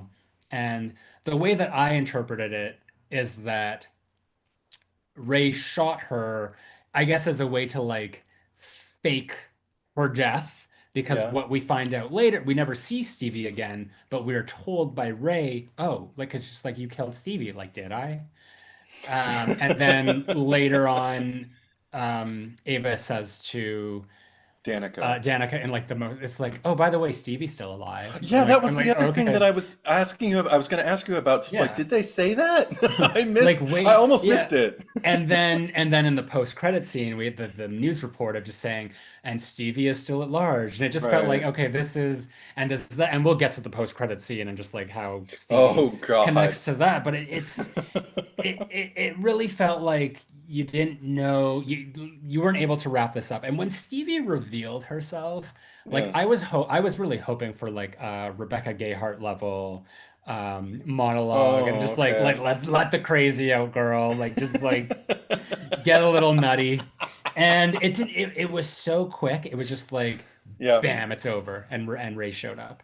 Oh. Danica was, that was her death. She did not come back, which makes sense because she was gutted. And Yeah. she was I pushed think I left like half my intestines in the ocean. the Or my I mean, digestive tract, something like that. Yeah. yeah, she was gutted. And I mean, besides that, like the current of the, like in the at the finale of the first movie, the whole reason that Julie was literally trapped on this boat is because it would be too dangerous to jump into the ocean. And here Right. they are, like miles out at sea, and Danica is just like with her intestines missing, is thrown into the water and still survives. So, I guess they felt they needed something more upbeat, and they're like, we're gonna have her drift ashore like Ariel, or who, whatever. And okay, sure, whatever. But yeah, the this is where it just felt very like sloppy with like what we already mentioned before, is like, how did Right. Julie kind of like she just went online and like found like Ray's bar, and there's Ray, and there's his manager Stevie, and it's Yeah, like, yeah. and it's like, and this is one of my favorite quotes of yours when we covered the original movie, where Julie goes to Ray's boat, and it's like Billy Blue, and like that's the Uh-huh. name of the boat, and she heard that from Anne Heche, of just like the guy who like came with like Billy Blue, and you're like, it's you somehow. Which is my all-time favorite cherry picker quote of yours. Well, And thank you. and it's like, and I feel like she did that again here with like very little information, but somehow she was right this time. Right. And yeah, it just like none of it, and it all happened so fast. It all felt very shoehorned into like, we got to make this work somehow, just because that was the impetus from the beginning. It's just like, we can't do this Hmm. movie without Jennifer Love Hewitt. And like, yeah, you can't do this movie without Jennifer Love Hewitt, but you could have done a better movie. And this is not like, I would have loved to have Jennifer Love Hewitt be the main focal point of this movie. And I think that it there there are ways. I just felt like the studio really wanted to rush this. They really wanted to get this out very quickly. I mean, by the very speedy post-production and having reshoots like a month before. But I don't think the movie did her justice in terms of like like she is standing before him at the end here, and we don't even, it could be presumed that like she's aware of Ava Yeah. being in the room and like getting the spear gun ready and doing all that. Um, but that's sort of like, even if we had like a flicker of that, or just sort of like just to see like Julie like look over and just like we see some hands do something just to sort of set that up, because all this scene is telling me she's just standing there and she's ready to take it. She's ready to receive death from Yeah. Ray. It's just like, just go ahead, just end me now, because she's not trying to attack him. She's not trying to stop him from doing anything. He is going to slash her with a hook, and she's Hmm. just looking right at him. What are you waiting for? And Hmm. he would have done it. She would have been dead had it not been for Ava. So Well, what I do you thought make of the that? I just thought it was kind of a joke. I thought it was kind of like a tongue-in-cheek moment of Ray thinks she's talking to him. Who she's really talking to is Ava. Just like, what are you waiting for? Get him! But also, I was laughing already with recognition because I was like, of course Julie's not going to be proactive on the final girl. This is why anytime people like do their final girl t-shirts or their final girl murals and everything like that and Julie's in it, I'm just kind of like, why? Why? She doesn't do nothing. She gets saved, like she mucks it up. We said definitely in the first, I don't even remember the climax of the second movie, but in the first movie, I remember us in depth going after the fact that like she hinders Ray while he's trying to help her and hurts him and hurts herself. And I'm like, that is not final girl material. This is Yeah. a final girl by default, if ever there was one. And I just kind of love that they made the "What are you waiting for" line reintroduced work for me because yeah, it's cheesy, but I also like that practically, like that's who I thought she was actually saying it to was Ava, Mhm. ironically because she's not doing anything because I mean Julie's not doing anything, yeah, that all of that worked for me because of that. Mhm. Um, there were a few other things that like worked for me just because they had me giggling. There was one where, I mean, I understand your criticism of like, Stevia and all of her kind of like anticlimactic, non-taking the screen. But I did appreciate the fact, you probably didn't like this at all, but the fact that like when she had to go chase after her friends, she started to, and then she just kind of took the hat off and took the coat off and just said, God, this thing's so fucking hot. And I was just like, oh, yeah, it would be. I mean, again, we're talking to somebody with like no connection. I'm just kind of like, whatever. But Yeah. Well, Amethyst is saying that the first time she's saying, "What are you waiting for?" yeah, She's looking at Ray, but the second time it looks like she's looking past right, Ray. right, right. So Yeah. I'd have to watch it again. I mean, even if she weren't, I thought the first time she said it, even though she was locking eyes with him, it was all just a a ruse to try and Yeah. distract him. Like But I've got you monologuing, but that's the buddy. thing. I didn't need the surprise. I didn't need the surprise of Ray getting shot. I would have preferred just that assist, that cooperation between Julie and Ava to get it Mm, done. That would have been more okay. fulfilling to me than a twist of or just like a surprise of like, and Ray's been shot. Because Okay. they set Well, it up in a way, like, because you hear like a squishy, like something flesh has yeah, been yeah, yeah, penetrated, and it's like, yeah. and you're left wondering, like, oh my God, did he get her? And it's like, no, you looked at, like, it's very cliche. It's like I, it's treating the audience like they're stupid. it's one thing to like you've mentioned the editing, and I agree with you. It's not the best edited movie because Yeah. there were full things that we miss. But Hmm. I do have to say I think the sound editing and the mixing deserve some accolades because during the kills in particular, there were noises that were just helping the gruesome along for me. I think about like when not just when Teddy is just kind of like bleeding and you get that wet kind of stuff going on. But then his dad after him, and I love seeing Billy Campbell. The second I saw Billy Campbell on screen playing Teddy's dad, I was at the party. I was just kind of like, I bet he's the killer. Because why would you cast Billy Campbell if he's not going to be going? Because back in the day, Billy Campbell was Mr. Handsome. I'm in all the nighttime soap operas. I play the hot guy, in all the Hmm. movies. But my name's never over the title. Um, but then even the reveal for me, I mean, this worked for me again, like because I'm on board with Danica and her vulnerability. I loved watching her bond with Teddy while she wanted to cuddle with him in the bed and whatever, and they were just talking. I don't know, I felt like a fly on the wall. I was like, this is really really cool. So then when it finally gets revealed to her, him and his father hanging there on the wharf, I guess. Um, the fact that everybody's just kind of standing there silently agog, and then she walks in and just let her rip with this wail cry. I don't mean WHALE, I mean WAIL. I'm not punning. Just, oh, I literally gay gasped. Like I put my hand over my mouth. I'm like, just because I was like, oh girl, I feel so bad for you having to see all that. And and then later, just like seconds later, Ava discovers fucking Milo in her car and It's has a like, oh, and there's similar, Milo too. exactly, has a Milo is similar, such an afterthought in this movie. Like he really is. he The could have only, been removed too. the most memorable thing he does is like after he tries to hook it up with Ava and she's just like, choke me, punish me. And he's like, I gotta go for a second. And he's just standing there pacing on the porch and he just says kind of like, I don't even remember what he says, but he's just basically Well, going like, well, she wants to be choked. She wants you to punish her. So well, go what on, do happens it. And I'm is like, yeah, go for it. no, he goes into his car because Yeah, his phone battery's low and he needs to get a yeah. charger.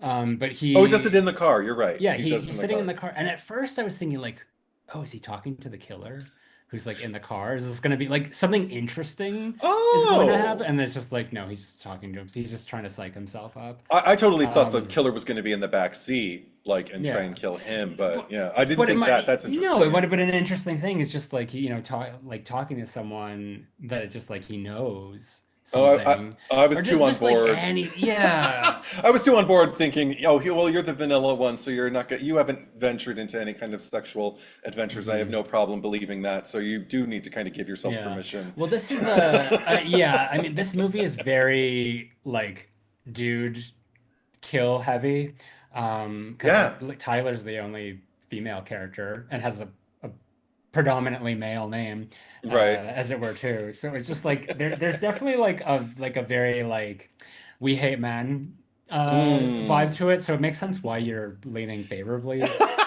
towards it. Well, I mean, no, because I don't hate any of the guys who were getting killed. I'm not sitting there going like, yeah, but I did say out loud when Milo was getting it. I just remember going, shit. Oh, because it was when he was, again, something about the sounds that they were using while he was on the other side of the window right before Ava Mhm. like pulls the shades open and he's not there. And I was just kind of like, girl, if you could have seen and heard what was just like going on over there, there's something that's just like, ugh. I mean, it didn't have me like hiding my face or even cringing, but it did have me doing just that Lucy Ricardo, ugh, when I'd see it. Yeah. The thing is, I think then it was immediately followed by another thing that I had a major note about, where I was just kind of like, okay, well, this didn't need to happen. It was, and it's sorry, it's involving your favorite character, but it was just Teddy in the sauna getting his "Your next" message. The thing is, I saw that and I thought, ooh, cool. Um, so now we're gonna get like a kill scene. We just saw like a mysterious figure, like off in the steam. Mhm. There's no shadows, so it's the steam, Mhm. like cloud, Yeah. and then just disappear. So now we're gonna have a scene. Somebody's gonna chase him around the locker room and blah blah blah blah blah blah blah blah blah. No, he goes home. He gets on a patio. He starts drinking. He has no one. He is in completely alone, isolated down a staircase that he knows if he were in trouble, he would have to run up to try and like get help. And he doesn't even Mhm. have a phone on him. And I was just Well, kind of like, well, he's this is stupid. he's drinking and it's yeah, it doesn't like the connective tissue from one scene to the next does not make any sense. Yeah. And this was my main confusion about like where are they at any point? Because it's like he wanders into like what seems like a cave, like a cavern. Like we're in My Yeah. Bloody Valentine now, but it's a museum, and I guess this is just like an extension of their house. Yeah. But Yeah. he goes in there so nonchalantly because I guess like Yeah. this gate is malfunctioning, and it's just like Yeah. I'm just gonna check this, and doesn't even notice like the fisherman. It's not even like it's dark in there. Like the fisherman is standing right there. Yeah. Like I don't even remember if he'd seen the fisherman at that point or anything, but like he I don't knows think he about the did. story and all Yeah. this stuff. But even then, it's just like, does this not seem out of place to you? And that whole scene just bothers me for many reasons. I mean, other than the fact that like, why are we killing him? But also, yes, all of like the behavior is wrong. Yeah.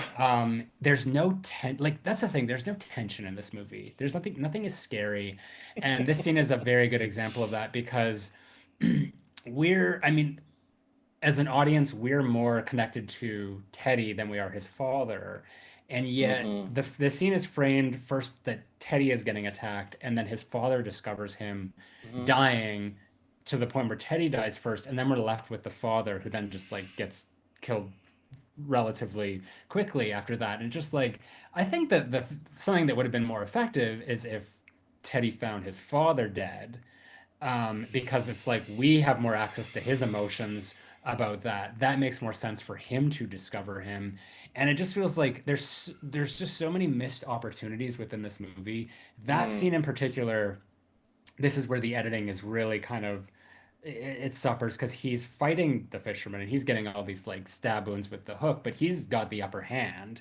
Right. And then the next thing we see, he's like crawling up these stairs. Now, what originally happened there that was cut is that a second fisherman attacks him. So this would have been the Oh, reveal that there was two of them. So I guess they wanted I see. to excise that from the movie. I don't know why. That probably would have made it more intriguing if we saw that there was two of them I personally. agree. Yeah. I mean, Um, it already happened in Scream, but that doesn't, yeah, you can do it. I would have yeah. been like, oh, there's two this time. It would have been interesting. Yeah. And yeah, it's just, so we just like made this there's this huge lapse in Mm. continuity just based on that alone. And yeah, I feel like he's doing fine, but now it's just like he's dying. Like something else has happened and he's just there to die on the front step. Also, why was the mom spared too? Because I felt like that was I get we can't kill women No, I think it's except for Tyler.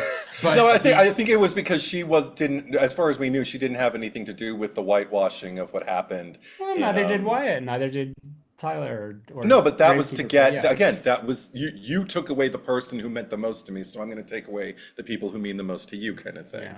That's what But that then going back to what I was saying, would yeah. it not make more sense to have Teddy find his parents first rather than the opposite of that? Because I mean, if Billy Campbell's character was more Yeah. present in the movie because he's Yeah. really like a non-entity, same with Pastor Judah, it would have made more sense to like, Mm, showcase that a little bit more, like, the corruption or just like everything that he's behind, and just see like this is a result of your bullshit now, and and okay. and and you have to deal with this. But it wasn't. Whereas we spend most of the movie with Teddy, so it would have been more effective if it was the reverse of that and he found his father.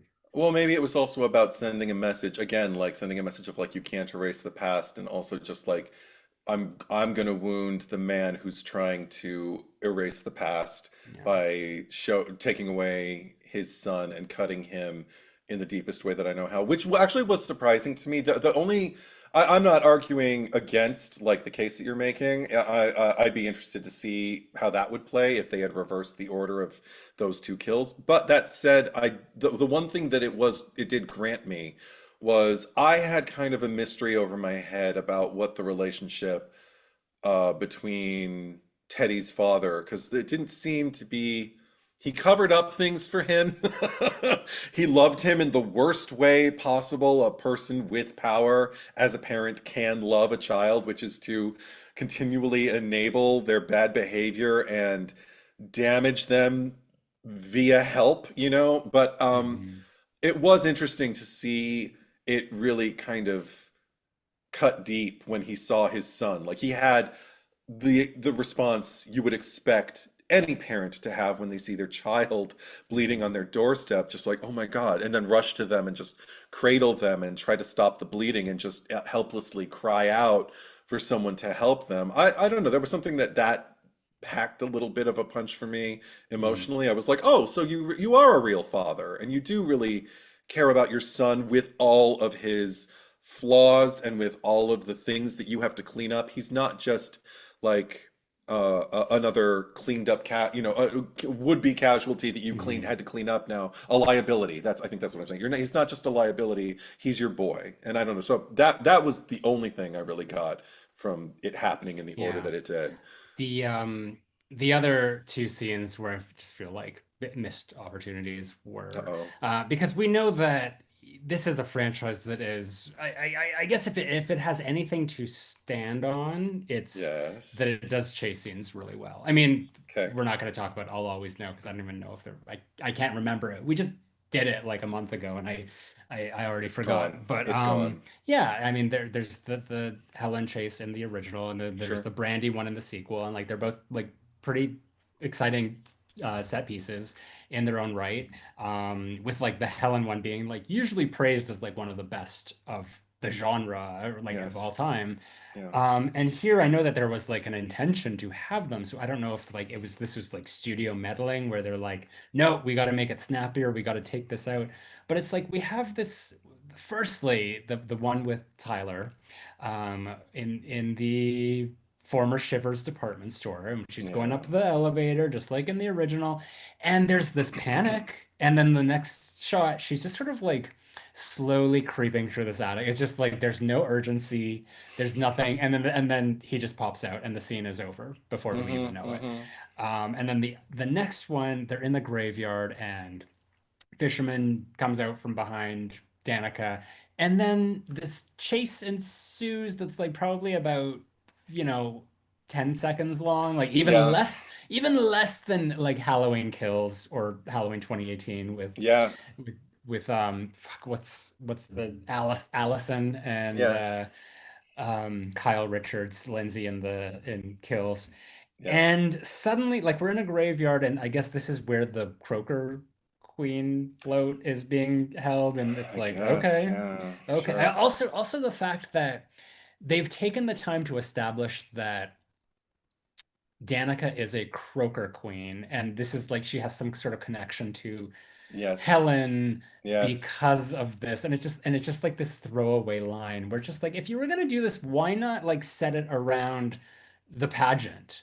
Like if we're gonna do a requel and we're Mm. gonna like recreate the homages to the original, where was that? Where I wanted to see like someone come out and sing Fame badly, you know? Or Like something equally as, yeah, yeah. memorable. Yeah. Yeah. So just like it like all the attempts here just like whenever something was thrown in there it just felt like oh just to put it in there and without actually contextualizing it in a way. And I don't know if you had anything to say about those particular chase scenes as they were or just like the overall tension or scariness of the movie, but after that I would like to segue into the Helen of it all Oh, because I've yes. got a lot to say about that. I'm sure you do, so I'm not Yeah. going to waste your time. I will say neither of the chase scene stood out to me. The most tense I felt the entire movie, because I don't feel like it's devoid of tension. I did feel it the most, interestingly enough, during Wyatt's kill, which I had already seen on my phone in like one of the trailers, a good bulk of it. But when I saw it on the screen, having kind of like witnessed enough of it, like on my phone, it didn't take anything away from it. I was actually here. I am with a character who I don't know and who I don't really care about, who is has also been kind of like called out by Danica for being an alcoholic, and then we see him guzzling. I don't remember if it was gin or vodka, but some clear alcohol from the bottle, like gulp, gulp, gulp, gulp, after he's just told her that she's safe. And I'm just like, oh, this is if he survives, which I don't think he will, because I saw that much of the trailer or the Mhm. teaser. I if he did, that would have been an interesting path. I have a feeling they would have been in a very different place a year from now, maybe even a couple months from now. But anyway, but something about the way it was treated, the mystery of what was going on outside, and his fear at like what was happening to him, the dragging. They did quite a bit of dragging in this one, but I thought it was probably most effective when he was dragged. That was the one that got me the most, I think. But and Mhm. made me a little, ooh, okay, we might be cooking with gas here. But then nothing really equaled it Yeah. afterwards for me. So, oh Brian yes. is saying the Danica chase is insulting to the notion of running. I mean, it's already left my memory, and I just saw it this afternoon. Oh, So you saw it today. I saw it today. Wow. So it is So fresh. it is fresh. Yeah. And speaking of fresh, I mean, I'm just trying to find a way to transition. The time has come. I'm really Hmm. curious about because this okay, let me just before you say, Yeah. I thought I had the thing people told me stay for the credits, and I was like, I think you might have told me too, but Hmm. everybody was telling me when they knew I was going to see it, stay during the credits because something happens, and I'm like, okay. Then I saw twice, I think, in my stories, before I screened the movie, are Helen Shivers with a crown on. It's obviously not footage from the first movie, and I thought, ah, shit, I got the end credits spoiled. Okay, Hmm. well, now I know it's coming. So when it happened in the body of the movie, certainly not, after the end credits, I was like, oh, I didn't have the ending spoiled for me. I only had it spoiled for me that, she was doing. Obviously, it wasn't a Super Bowl commercial. It wasn't, something that Sarah Michelle Gellar just did for like a magazine cover. Um, Uber Eats, you yeah, know. For Uber Eats, right? But so I was just like, okay, cool. Now I can't wait to see what this, button is. You know how I love to call him a button. But Yeah. anyway, so then it happened. I want to hear what your response was to it happening. Yeah, okay. So we know that Jennifer Caton Robinson, the director, writer director, she really wanted to get Sarah Michelle Gellar in this Obviously. movie. And that was Yeah. that was something that was like out in the media. It was just like Sarah Michelle Gellar was just like, I'm dead.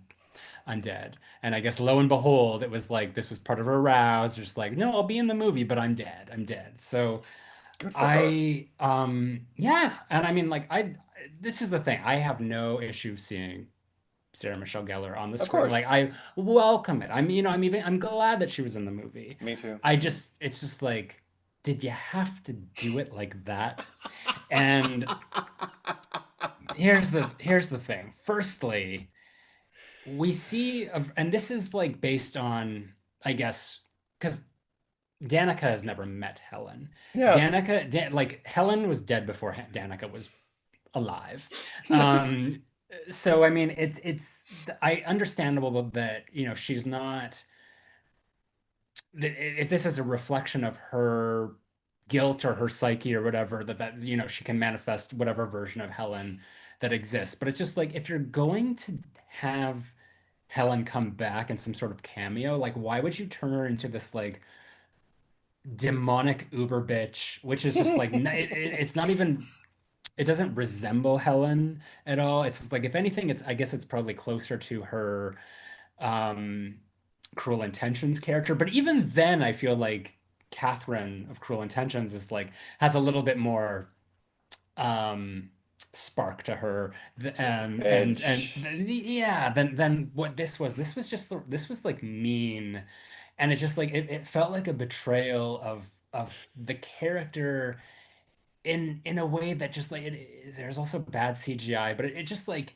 I Mm. feel like I'm not watching Helen or any like iteration or even like a manifestation of her. I'm just watching this sort of like this very fan servicey representation of like let's just have Sarah Michelle Gellar thrown in there and just like have her play this brand new character.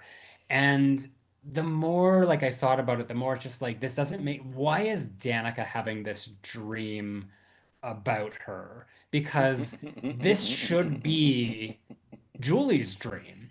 And if we're Mm. seeing if Helen is like, pissed off or whatever in this version of her, it would make sense that like just by the very nature of the first movie, where Julie and Helen leave off of just sort of like that scene in the car where Helen is trying to reach out to her, trying to extend this olive branch, and Julie's just sort of like pushing it away. And that Yep. was their last interaction alone. Like they did have the "What are you waiting for?" scene, but like Right, that was right, a right. group thing. So Hmm. Helen died away from Julie without any resolution to this.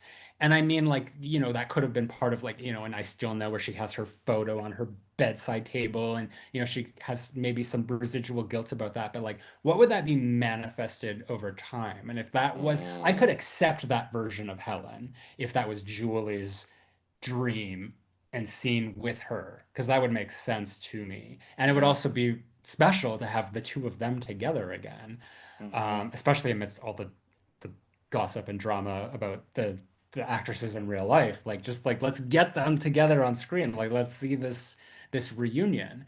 And it's like, but we're gonna give it to Danica, and it feels very out of place. It doesn't do anything, and especially knowing that Danica was supposed to die anyway, it's just like it's weird that like she would even that the movie would allot this time to this nonsense. And one more thing, I was spoiled about this, because Oh. but not in a bad way, because it's like the uh, my friend who saw the test screening, like he told me, and he's like, "There's, I'm just like, can you tell me? I wanted like something, but I didn't want like too much." And he's like, okay, well, Sarah Michelle Gellar is in it. There's a sequence where she shows up. It's, yada yada yada. So I didn't know the particulars of it. I thought that what was going to happen was that we see Danica in the graveyard, I'm like, Helen's gonna appear as a ghost and sort of like be like a guardian Oh. angel or something. And I was just really excited for that. And of course, that didn't happen. Oh. So I was sort of let down You even got a more because and of that, because then you got a truncated chase scene. yeah. But Okay. anyway, Yeah. yeah, that's my piece with that. I didn't even, because again, like I really don't invest that much when I see these movies, but you're right. Had she appeared to Julie, because that's the other thing is like they didn't really do a fine job motivating Julie to get involved in any of it. And granted, yeah, I know they didn't have her. Then don't make the movie that way. Don't like make it, well, maybe she'll be in it, maybe she won't, we don't know. So we need to make it okay. So I mean, how, like, I would, if I were on the team of this director, this filmmaker, I would have been like, what is, why can't we just bring her back for the next movie then?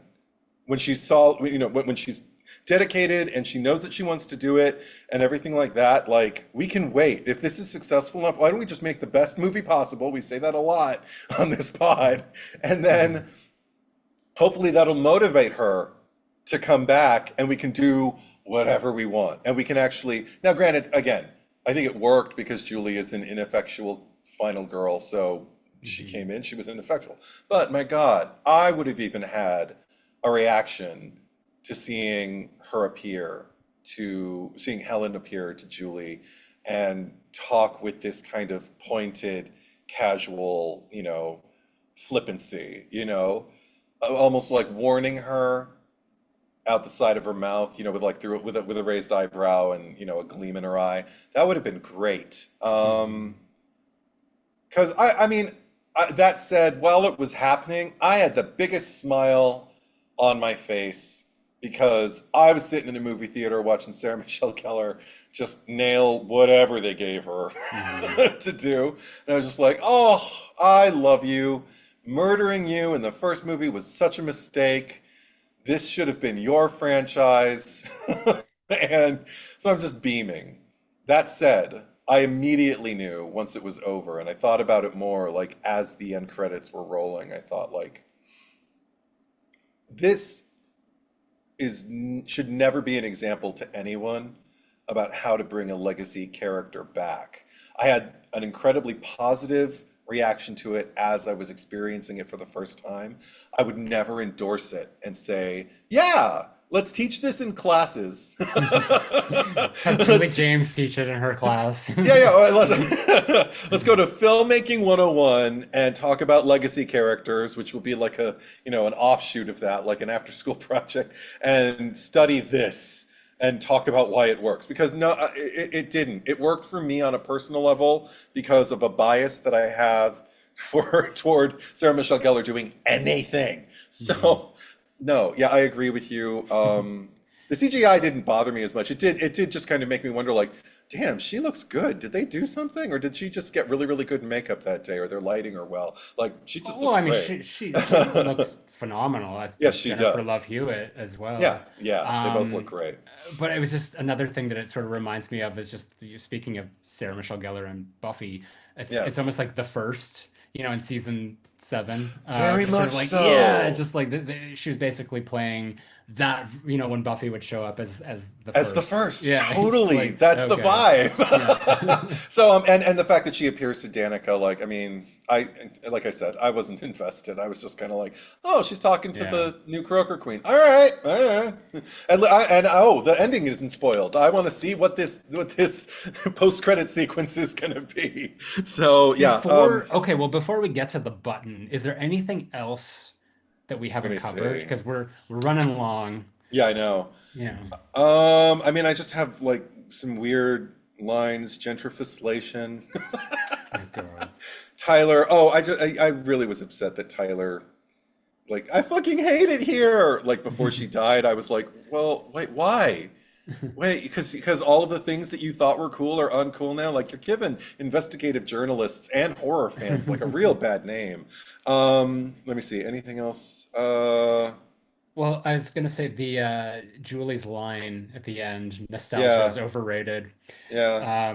Just the irony of of the fact of a nostalgia bait movie, sort of like telling on itself. But 100%. I guess like we're doing it in a cool way, so it's okay. This is the thing. I think there are an abundance of writers, more than there should be, Mhm. who think that if you acknowledge the fact that you're doing like the cheap thing, or that you're, doing the thing that everybody expects you to do, then it's okay because you're meta. And it's like, no, that train has been ridden. Enough people have gone the meta route, or the, like, well, you can't call us out because we know what we're doing. No, we can.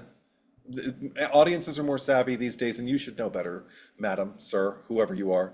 The only other thing I have written down, and this will lead us into the end credits, actually, Yeah. it was funny because I immediately afterward heard I think you're missile me. Yeah, I think you're my soulmate too.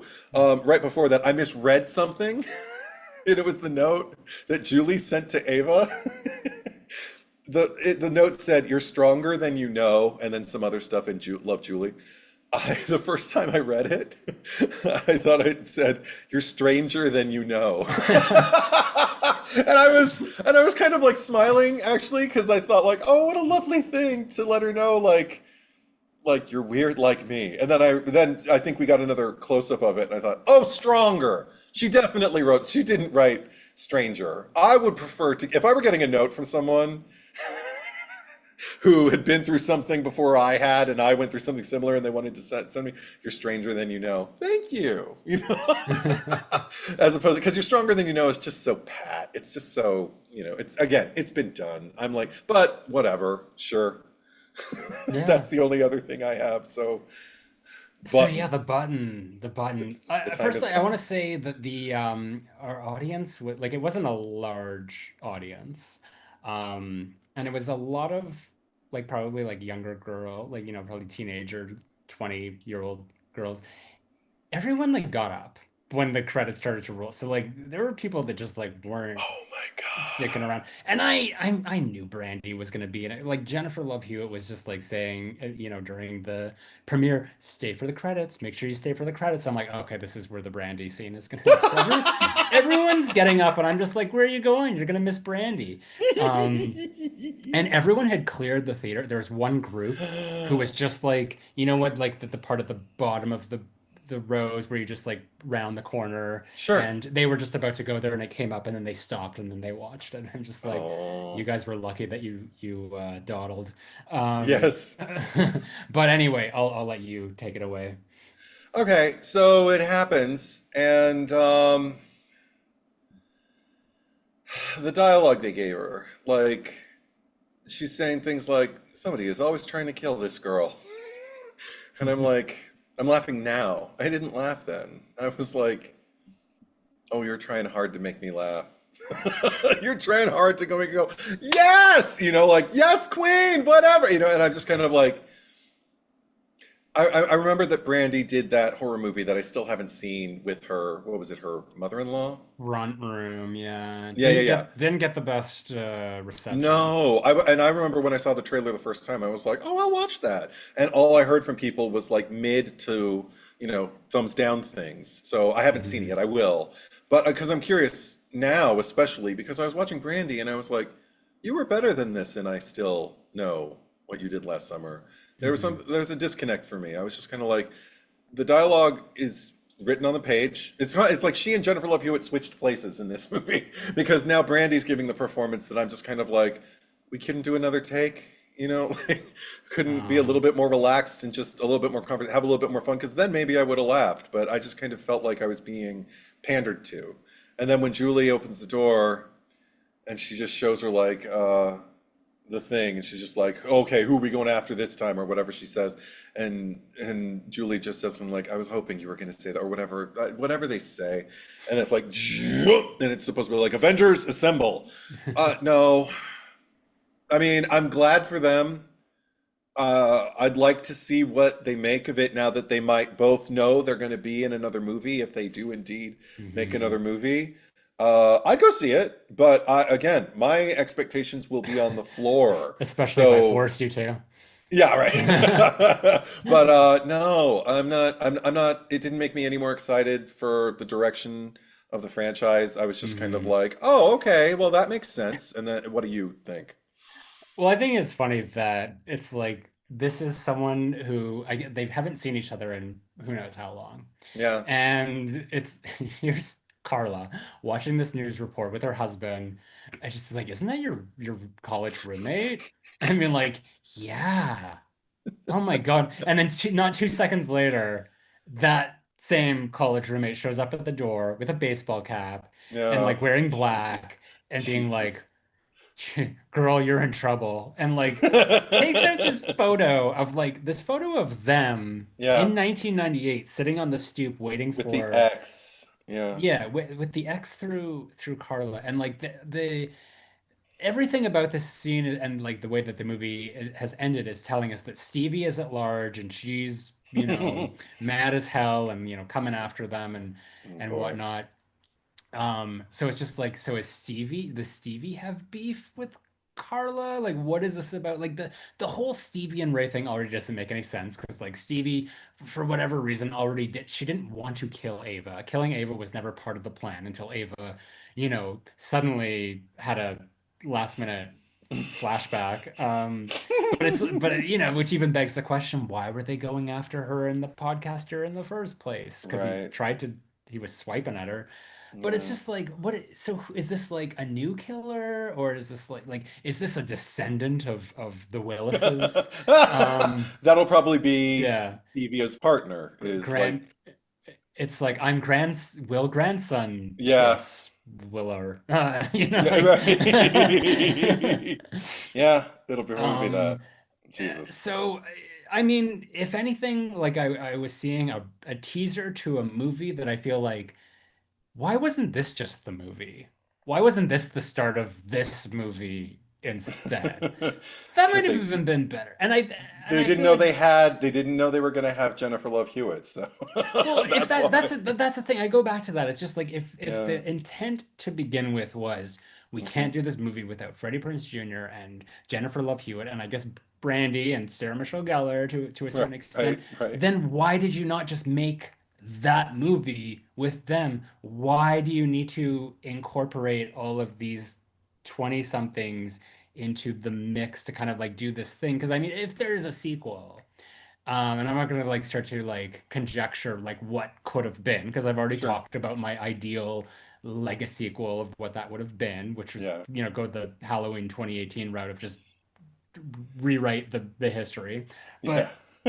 But any continuation, I it's just gonna be like Danica and Ava, and like maybe like Brandy and Julie will or Jennifer Love Hewitt will be there as Hmm. like with like just like special appearance by and do Hmm. they go to the Caribbean? Are they on the same island as from My Skill Note? Like Oh what are they? God. What is that movie? The four of them come together and Stevie's going after them. Like it's just there's no there's no pull. I don't know if this movie will happen because that's the thing. It's like Mm, if even if this made 60, 70 million on an $18 million budget, like hmm. I would think at least like part of the risk to reward factor for a studio would be like what was the general response to a movie. And I Sure, mean, like, I sure. know that there are a lot of people who really love this, Hmm. but Hmm. I know that there's a lot of people who are just kind of like, well,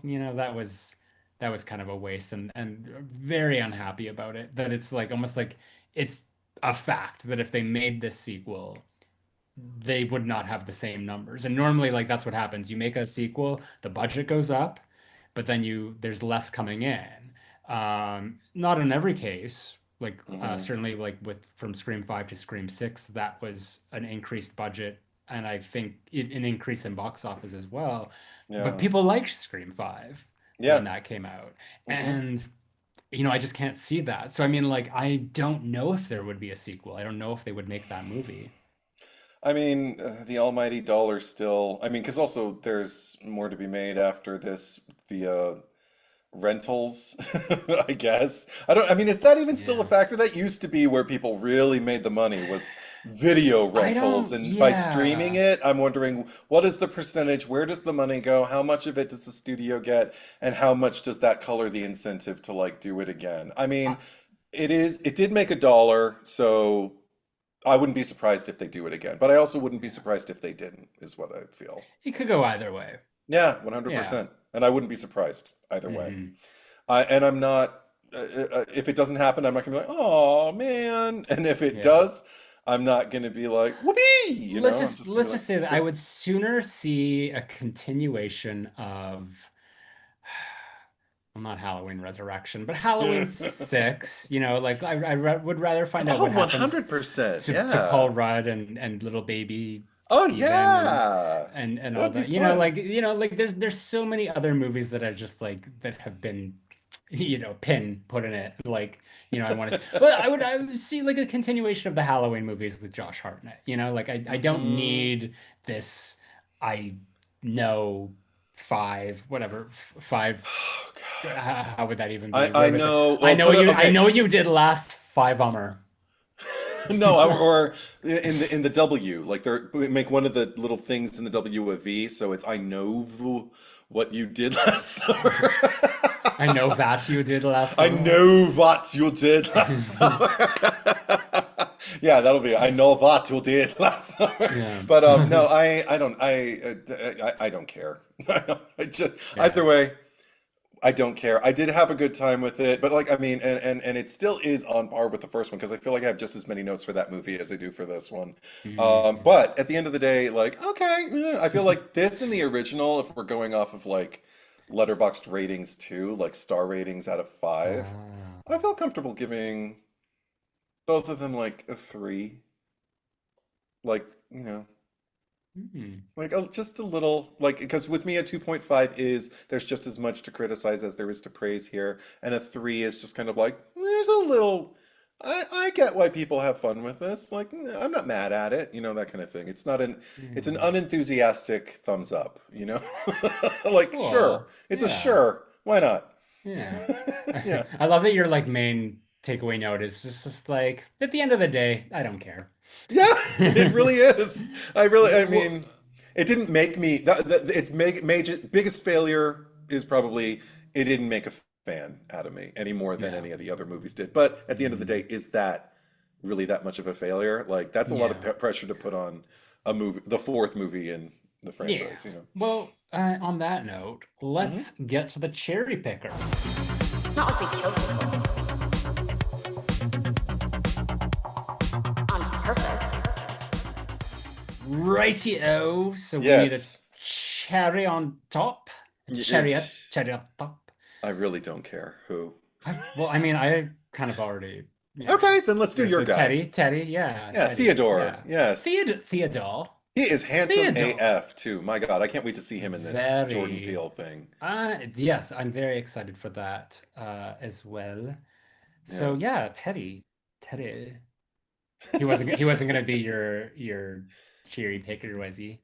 He was when the Obviously. movie started. When he Yeah. was standing there in the middle of the road acting like a jackass, I was like, "You deserve to die." And then, no, like you, I flipped. I watched his progression, his arc throughout the movie, and I was just kind of like, "You guys really are the Ryan Phillippe and Sarah Michelle Gellar characters because you make me care more, at least more interested in you as the movie Hmm. goes on, and to the point where when you die, I'm not rooting for it anymore, you know?" Yeah. Yeah. All right. Well, last week we asked you who deserves to die the most in Death Becomes Her.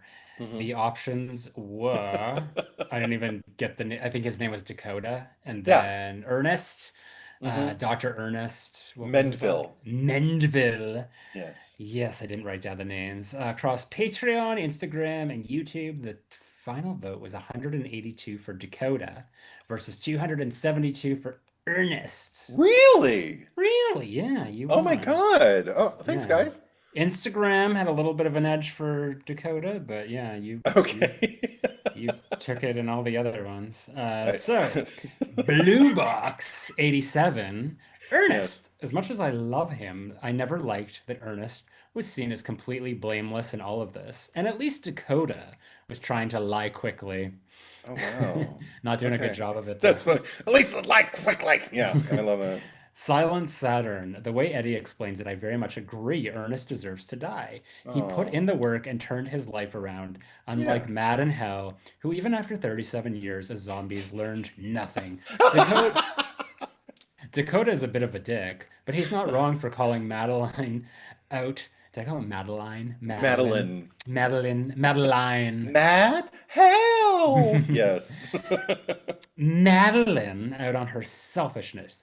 He's also prettier than any of Liesl's lackeys, not into the gladiators Yeah. look myself.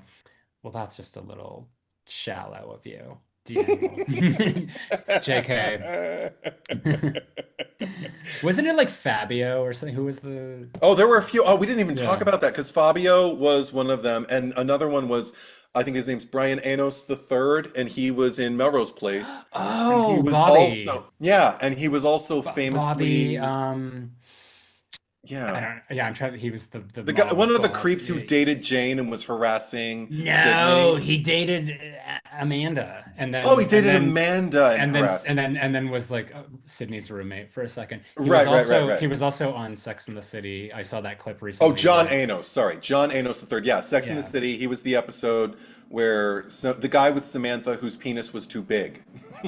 Uh, Yeah, first world problems. I know, Uh, right? These are the problems you want to have. Amethyst Frost. I vote for a Final Destination-esque demise for most of the comatose attendees for Songbird at the start of the film. I guess every gay in 1978 Broadway was on stage behind Madeline because there's no other excuse for Ernest being the only person in the crowd to recognize such an iconic performance.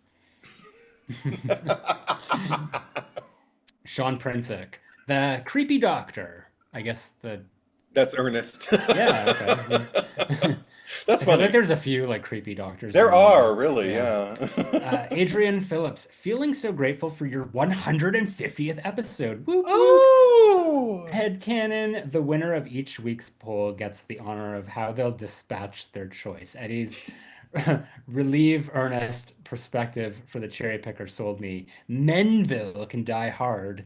It's gonna be really upsetting when Bruce Willis goes, let that man go out in style. It's not satisfying like Oh. seeing Jared I meant Paul American Psycho or Paul Urban Legend get the vote. Alas, again, definitely not the actor. We have to find another Jared Leto horror movie to cover. hmm and thank you, Adrian. Yeah, it was we didn't. I guess we're just not about pretensions here. It's the cherry picker because we totally forgot that it was our 150th episode Yeah, last week. right. Oh Yeah, my gosh. Well, yeah, some would say monikers, or moniker, touchstones, but yeah, our monikers. Yeah, pretensions. pretensions. That's why, because they're seen as Yes, pretentious. pretensions. The frills, the The foibles. ostentations. Yes, Yes. the baubles. Yeah. Anyway, go on. Brian is saying Morbius would be the third. I'm down. Jared Leto. I still Never. haven't seen it. Neither have I. Okay. Well, that's possible potential Patreon choice. It's in your Nominate. hands, people. Yeah, it's in your hands.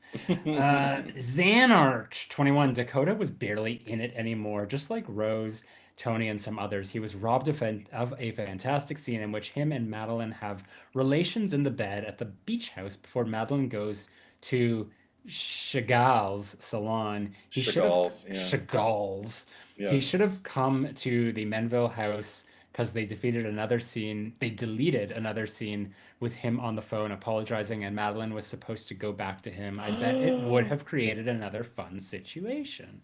Oh, that would have been a much longer movie though. But I Yeah. love shit. I used to know his name. Is it Adam Scott? No, that Adam Scott is Adam Parks and Scott, yeah. Recreation. No, Yeah. Adam. I think his name is Adam Stork. That's why I thought Scott. Yeah. Adam Stork playing Dakota. Very handsome actor. Yeah, would have Jarek liked to see more of him. Corey Chakowski. Hope you guys talk about each season of Scream, the TV series. It would be great on the wait for Scream 7. Well, Patreon's choice. Get into Yeah, that Ghostface tier and gives you yeah. the power to nominate special nominations and then hope everyone votes for it. It's in your hands. Exactly. Tiona S. I'm going with Ernest. I loved Okay. the way Eddie explained his choice. He looked at things from a completely different angle and it really made sense. Well Oh. done. Spidey fan, Eddie's argument. Did I just not like may as well be chopped liver here? Eddie's argument swayed me again. Ernest deserves his piece. Oh my God, I rule with kindness. But Fuck Zach you. Zach rules with terror. And that pisses Zach off. Fuck you. You're the Courtney Shane and I'm the Liz You're the Princess Burr. Di of the cherry picker. Only in this episode. You've won plenty of times. You're still in the lead. You still have more pluses in I your don't column know. than I Well, I don't do. know. Like Amethyst has No, the I've results for. checked. You do. Oh, Yeah, you totally okay. do. And then finally, Grant Dempsey. This is like when I didn't vote for Peter Gallagher's character in House on Haunted Hill because I Oh, didn't think he deserved the spectral eternity that you get when oh, you die in that place. Whereas I love that Jeffrey oh. Rush's character gets to last forever. Anyway, in that spirit, I'm voting for Ernest because I enjoy Eddie's fresh and subversive reasonings. And by God, yes, Ernest deserves his sweet mortality. Let Dakota have the potion and end up a scattered mess of tired old body parts alongside Mad and Hell. Oh my gosh, that's lovely. Thanks, guys. I feel like Amethyst is, oh, sorry, I interrupted yes, your go your ahead, go acceptance speech. ahead. Amethyst is letting us know that 81 Zack wins to Mm, 66 Eddie wins. yeah, see? So you got Yeah, nothing to worry about. yeah. Um, Thanks, Amethyst. yeah, see, Yeah, somebody's in your yeah, corner, Zach. yeah. And if you want to check those out, if you're on the YouTube page, just go up. The link is there to that spreadsheet where all the poll results, all the fun trivia is there which is really cool. So Yeah. thank you, Amethyst, for It's that. fun to look at. There are like Yeah. little facts, like the first mention of this, and so I mean, yeah, it's cute. Yeah. I like The it. ongoing jokes, you know. Yes, the things that it's just like, wow, they've done that forever. When did they do it the first time? All right. Amethyst knows. All right, my So, choice is easy, Ray. Uh, we talked about the women, but we did not address the fact that this is not my argument, but Freddie Prinze Jr. also looking great in this movie. That said, it doesn't save him. Ray is. Like I said, they finally found a way to kind of make him interesting, and then I feel like they fucked it up, like but by the execution of making him the killer, which I'm still not entirely sold on him being it. But Zach got me closer to it than I thought I would ever be. If Zach wrote the script, I probably would have been on board, but that he didn't. This is oh, what we got. Yeah, so thank this you. is what we Yeah. got. So it's like, well, fuck you too, movie, because it's just. He's just boring. He's just when I found out he was the killer, I was just kind of like, oh man, you're boring again. Or just taken in a direction I can't get behind. So I'm glad he's dead. I'm glad that Freddie Prinze got to do something outside the box. But yeah, we don't need him anymore. And if there is another movie, I'm glad that he's not going to be in it. I hope he doesn't get brought back in some kind of like, mirage or dream sequence of someone who never knew him to like, I mean, you know what?